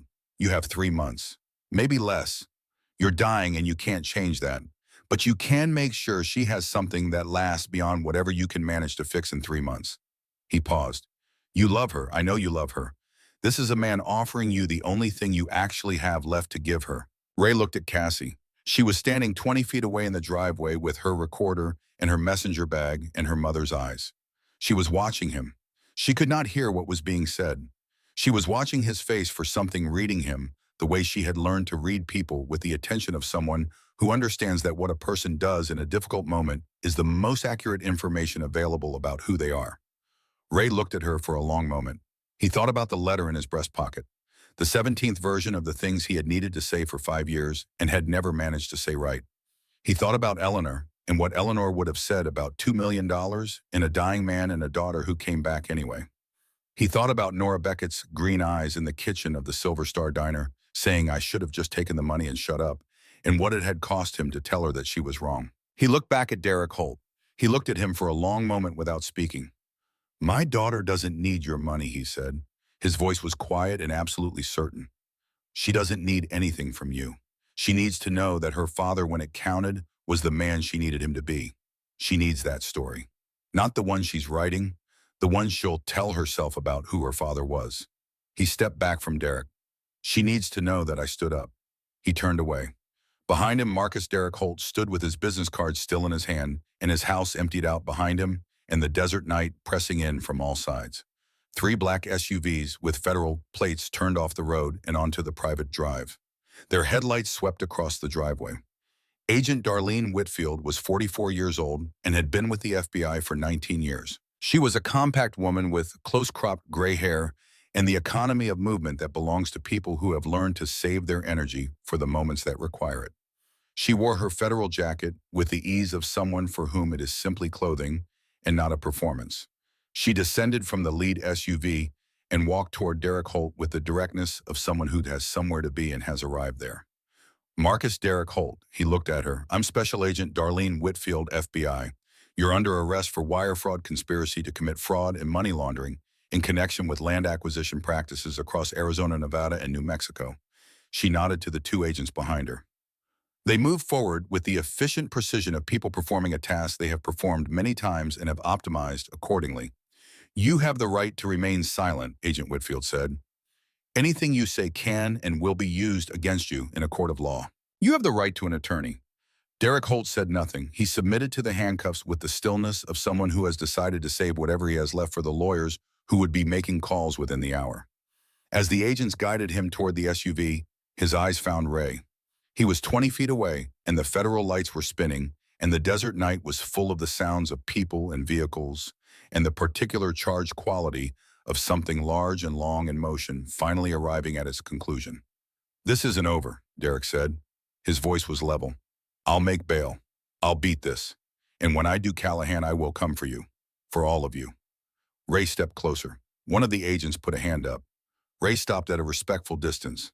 No, you won't, he said. He said it quietly for Derek alone. Because I'm dying, Derek. Stage 4, 3 months, maybe less. And I'm going to spend every day of those 3 months making sure the world understands exactly what you are. I'm going to give testimony. I'm going to give interviews. I'm going to make sure that every journalist who wants to write about this story has everything they need to write it completely. He held Derek's gaze. You picked the wrong diner. You picked the wrong woman to harass. You picked the wrong families to defraud. And you picked the wrong man to threaten. Because you needed someone who had something to lose. And I already lost the only thing that ever really mattered to me, which means I have nothing left but time and intention. The agents put Derek in the back seat. The door closed. Diana Marsh appeared at Ray's elbow. She was carrying her briefcase and looking at the SUV with the expression of a woman reviewing a piece of work she has been preparing for months and finding it satisfactory. There's something you should know, she said. Ray looked at her. Agent Whitfield. She grew up in New Mexico. Her father ran a cattle ranch outside of Roswell. She paused. About 22 years ago, a real estate development company approached the family, promised residential community development, got her father's signature on a contract he didn't fully understand. Ray went very still. The company took the land, Diana said. They built a commercial resort. Her father got enough to cover relocation costs and nothing else. He worked as a hired hand on other people's land for the rest of his life and never got over it. Ray looked at the black SUV with the federal plates where Derek Holt was sitting in the back seat. Not the same company as Holt Meridian, Diana said, but the same method. Almost exactly. Which is why when I brought this case to the field office 6 weeks ago, Agent Whitfield was the one who called me back within 4 hours. He thought about Lena Hargrove's voice in the living room of the Blue House in Tempe, about the Holt family ranch in New Mexico, about a 14-year-old boy watching his father sign a contract he didn't understand, about the particular way that trauma moves through time, shaping the people it touches into shapes they didn't choose, about the difference between the shape Derek had chosen and the shape Darlene Whitfield had chosen, about the fact that what happens to you is not the same thing as what you do with it. There's one more thing, Diana said. She opened her briefcase. The recordings from Edna Garner combined with the financial evidence and Cassie's documentation establish a clear pattern of criminal enterprise under RICO statutes, which means this isn't just a fraud case. She produced a second document. Under RICO, she said assets obtained through the criminal enterprise can be seized and directed toward restitution for the victims, all 11 families, including the Garner property. Ray looked at the document. Edna Garner gets her land back. Diana looked at him with the expression of a woman who has spent 23 years working toward exactly this kind of moment. Edna Garner gets her land back. The driveway was quiet. The remaining party guests had gone. The catering truck was packing up. 2 Phoenix PD officers were taking statements from Cassie and Diana. Bear and Wheels and the others were standing by the motorcycles talking quietly in the way men talk when something large has happened and they are still inside the immediate atmosphere of it. Nora Beckett was sitting on the low stone wall at the edge of the driveway. She had her arms wrapped around herself, not from cold, but from the particular internal weather of someone who has just done something that required everything they had and is feeling the aftermath of the effort. Ray sat down beside her. She looked at him. "Is it really over?" she said. He thought about what Diana had said, about bail hearings and defense attorneys, and the long legal machinery that would now be set in motion and would take months, possibly years to complete. "The hardest part is just beginning," he said. "But yes, the part where he was untouchable. That part is over." She nodded slowly. She was looking at the front door of the house, now closed. The lights inside still burning because nobody had thought to turn them off. "I was terrified," she said. "I know. My hands were shaking when I stepped forward. I don't know if anyone could see it." "I could see it," Ray said, "and you stepped forward anyway. That's the whole thing, Nora. That's all courage ever is." She looked at him, then she looked at her hands in her lap. "Thank you," she said, "for the diner, for the card, for all of it. You did the hard part." She shook her head slightly. "You showed me it was possible to do it. That's different." She paused. Someone had to go first. He sat with her for a moment in the quiet of the empty driveway. Then he stood. He had something else he needed to do. Cassie was standing by the rental car. She had finished with the police officers. She had filed the preliminary story from her phone, the breaking news version, enough to establish the publication's presence on the story before the morning cycle. The longer piece, the one she had been building for 3 months and 2 days, was scheduled for the morning edition. She was leaning against the driver's side door, with her arms crossed and her recorder clipped into her bag and her face carrying the particular exhaustion of someone who has been running on concentration and necessity for 48 hours and has just been allowed to stop. She looked at Ray when he walked over. He reached into his breast pocket. He produced the letter. It was folded the way it had been folded for weeks, soft at the creases from being handled and refolded and carried. The envelope with her name on it was worn at the corners. He held it out. She looked at it for a moment. Then she took it with both hands. She unfolded it slowly. She tilted the page toward the light from the house, and she read. Ray stood and watched her read. He had memorized every word. He had written them so many times in so many versions that each sentence had become a kind of fossil, the impression of something that had taken a very long time to find its final shape. The letter said he was dying. The letter said he was sorry. The letter said she was the best thing he had ever been part of making, and that the failure was entirely his and not hers and not her mother's. The letter said he had followed her career from a distance for 5 years, the way a man watches something through a window that he locked himself out of, and that what he saw had made him proud in the way that things make you proud when the pride has nowhere to go and just accumulates inside you like water behind a dam. The letter said he loved her, that he had always loved her, that love was the one thing he had never gotten confused about, even when he had gotten confused about everything else. The letter said, "Forgive me if you can. And if you cannot, I understand that too. You would not be who you are if you forgave things that didn't deserve it easily." When Cassie finished reading, she stood for a long moment looking at the last page. Then she made a sound. It was not a sound Ray had ever heard from her before.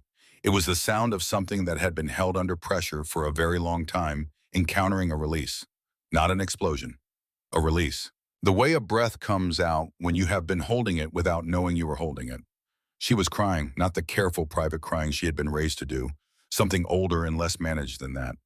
Ray stood with his hands at his sides. Then she stepped forward and put her arms around him, and he put his arms around her, and they stood in the driveway of Marcus Derrick Holt's emptied house under the Arizona stars and held each other for the first time in 5 years. He felt how much like her mother she was. The same quality of presence.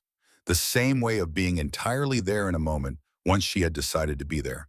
He felt how much he had missed this. "You're such an idiot," she said into his shoulder. She said it with tremendous feeling. "I know. Such a stubborn, impossible idiot. I know that too." She stepped back. She wiped at her face with the back of her hand in the same gesture Eleanor had used, the same quick motion that dismissed the evidence of feeling without dismissing the feeling itself. She looked at him. "Mom would have been furious with you," she said. "Yes, and then she would have been proud." Ray looked at his daughter in the light from the house. In a little while, she was going to drive them back to her apartment in Phoenix, and he was going to sleep in a real bed, in a room that had fresh sheets and a window that looked out at the city. In the morning, he was going to read her story in the paper of record, and he was going to feel something that he had not felt in 5 years, which was that the things he had left undone were being done. "I know," he said. They stood together for a moment in the empty driveway. "Come on," Cassie said. She picked up the messenger bag from the roof of the car. "You look like you're about to fall over." "I'm fine. You're dying. There's a difference." She opened the passenger door. "Get in." He got in. Bedum. In. They drove back through Phoenix in the quiet hours of early morning when the city is most honest about what it is. The streets nearly empty, the traffic lights cycling through their colors for nobody, the desert pressing in at every edge. Cassie drove. They did not talk for a long time. Then she said, "Tell me about her. Tell me about Mom when you first met her." And he did. He talked for a long time. About Eleanor Morrison, who became Eleanor Callahan in a courthouse in Phoenix in 1981, with 2 witnesses and a judge who kept checking his watch. About the particular way she had of tilting her head when she thought you were wrong but was deciding whether it was worth the conversation. About the laugh that started at the back of her throat and moved forward. About the way she had decided to love him entirely with full knowledge of all the ways he was difficult because she could see in him something she believed was worth the investment. About the way she had been right. Cassie drove and listened. At some point she began to add things she remembered. The way her mother had always known when she was lying, not because she had told her, but because Eleanor had said lying feels different in your body than telling the truth. And if you pay attention, you'll always know the difference. The particular soup she made when you were sick. The way she read every article Cassie published, including the early ones that weren't very good, and called to discuss them with the seriousness of someone reviewing the work of a colleague she respected. They were both there in the car, Eleanor Callahan. In the things they said and the things that made them laugh, and the silence that fell between the stories. The comfortable silence of people who share a grief that has finally been given enough room to be what it is instead of what either of them needed it to be. They got to Cassie's apartment at 2 in the morning. It was small and had the organized purposefulness of someone who spends more time working in a space than inhabiting it. Books stacked in organized disorder. A desk covered with notebooks. A kitchen that had the basics and nothing extraneous. It felt more like home than anything Ray had walked into in 5 years. Cassie showed him the guest room. Single bed, clean sheets, a lamp that cast warm light. She stood in the doorway. "I took a leave of absence from the paper," she said. 3 months. I was going to use it to work the Holt story." She paused. "I don't need 3 months for the story anymore." Ray looked at her. "I'm not asking you to. I know you're not." She held his gaze. I'm telling you that I have 3 months, and I want to use them. He absorbed this. Cassie, don't make it into a speech, she said. Just say okay. Okay, he said. She almost smiled. Get some sleep. The story goes live at 6. She pulled the door mostly closed. Ray sat on the edge of the bed. He took off his boots. He lay back on the pillow. The ceiling of this small room was white and plain, and he looked at it for a moment with the attention of someone who has decided to be present in ordinary things because ordinary things are what the time that remains is made of. His phone vibrated. A message from Bear. Margaret's mother says thank you. All 11 families say thank you. Hell of a night, brother. You did good. He set the phone on the nightstand. He closed his eyes. Outside Phoenix carried on being a city. The desert held its particular night silence around the edges of it. Somewhere on Route 66, the Silver Star Diner's neon sign buzzed in the darkness. Somewhere in Prescott, an old woman was sleeping in a house that had been in her family for 3 generations and would be again. Ray Callahan was 68 years old. He had stage 4 lung cancer. He had roughly 3 months left. But tonight, in a small room in his daughter's apartment, wearing the boots he had just taken off beside the bed and the leather jacket hanging on the back of the door, he was exactly where he was supposed to be. He fell asleep before he expected to. And for the first time in 5 years, he did not dream about the things he had left undone. 16 months later, Marcus Derrick Holt was convicted on 7 counts of wire fraud, 3 counts of money laundering, and 1 count of conspiracy to commit fraud. He received a sentence of 23 years. His attorneys filed 3 appeals. All 3 were denied. Under RICO statutes, assets totaling $14 million were seized and directed toward restitution. 11 families received settlements. The Garner farm outside Prescott was returned to Edna Garner in a county courthouse on a Thursday morning in October. Wheels stood beside his mother when she signed the documents. He did not speak. He held her hand, and she held his. Marlene Pruitt graduated from law school the following spring. She joined a nonprofit legal organization in Phoenix, specializing in land rights for elderly landowners. In her first year, she took on 14 cases. She won 11. Lena Hargrove gave a recorded interview to the Seattle Tribune that ran as a companion piece to Cassie's main story. She received 47 letters from women across the country who had read it. She answered every one. She is still answering them.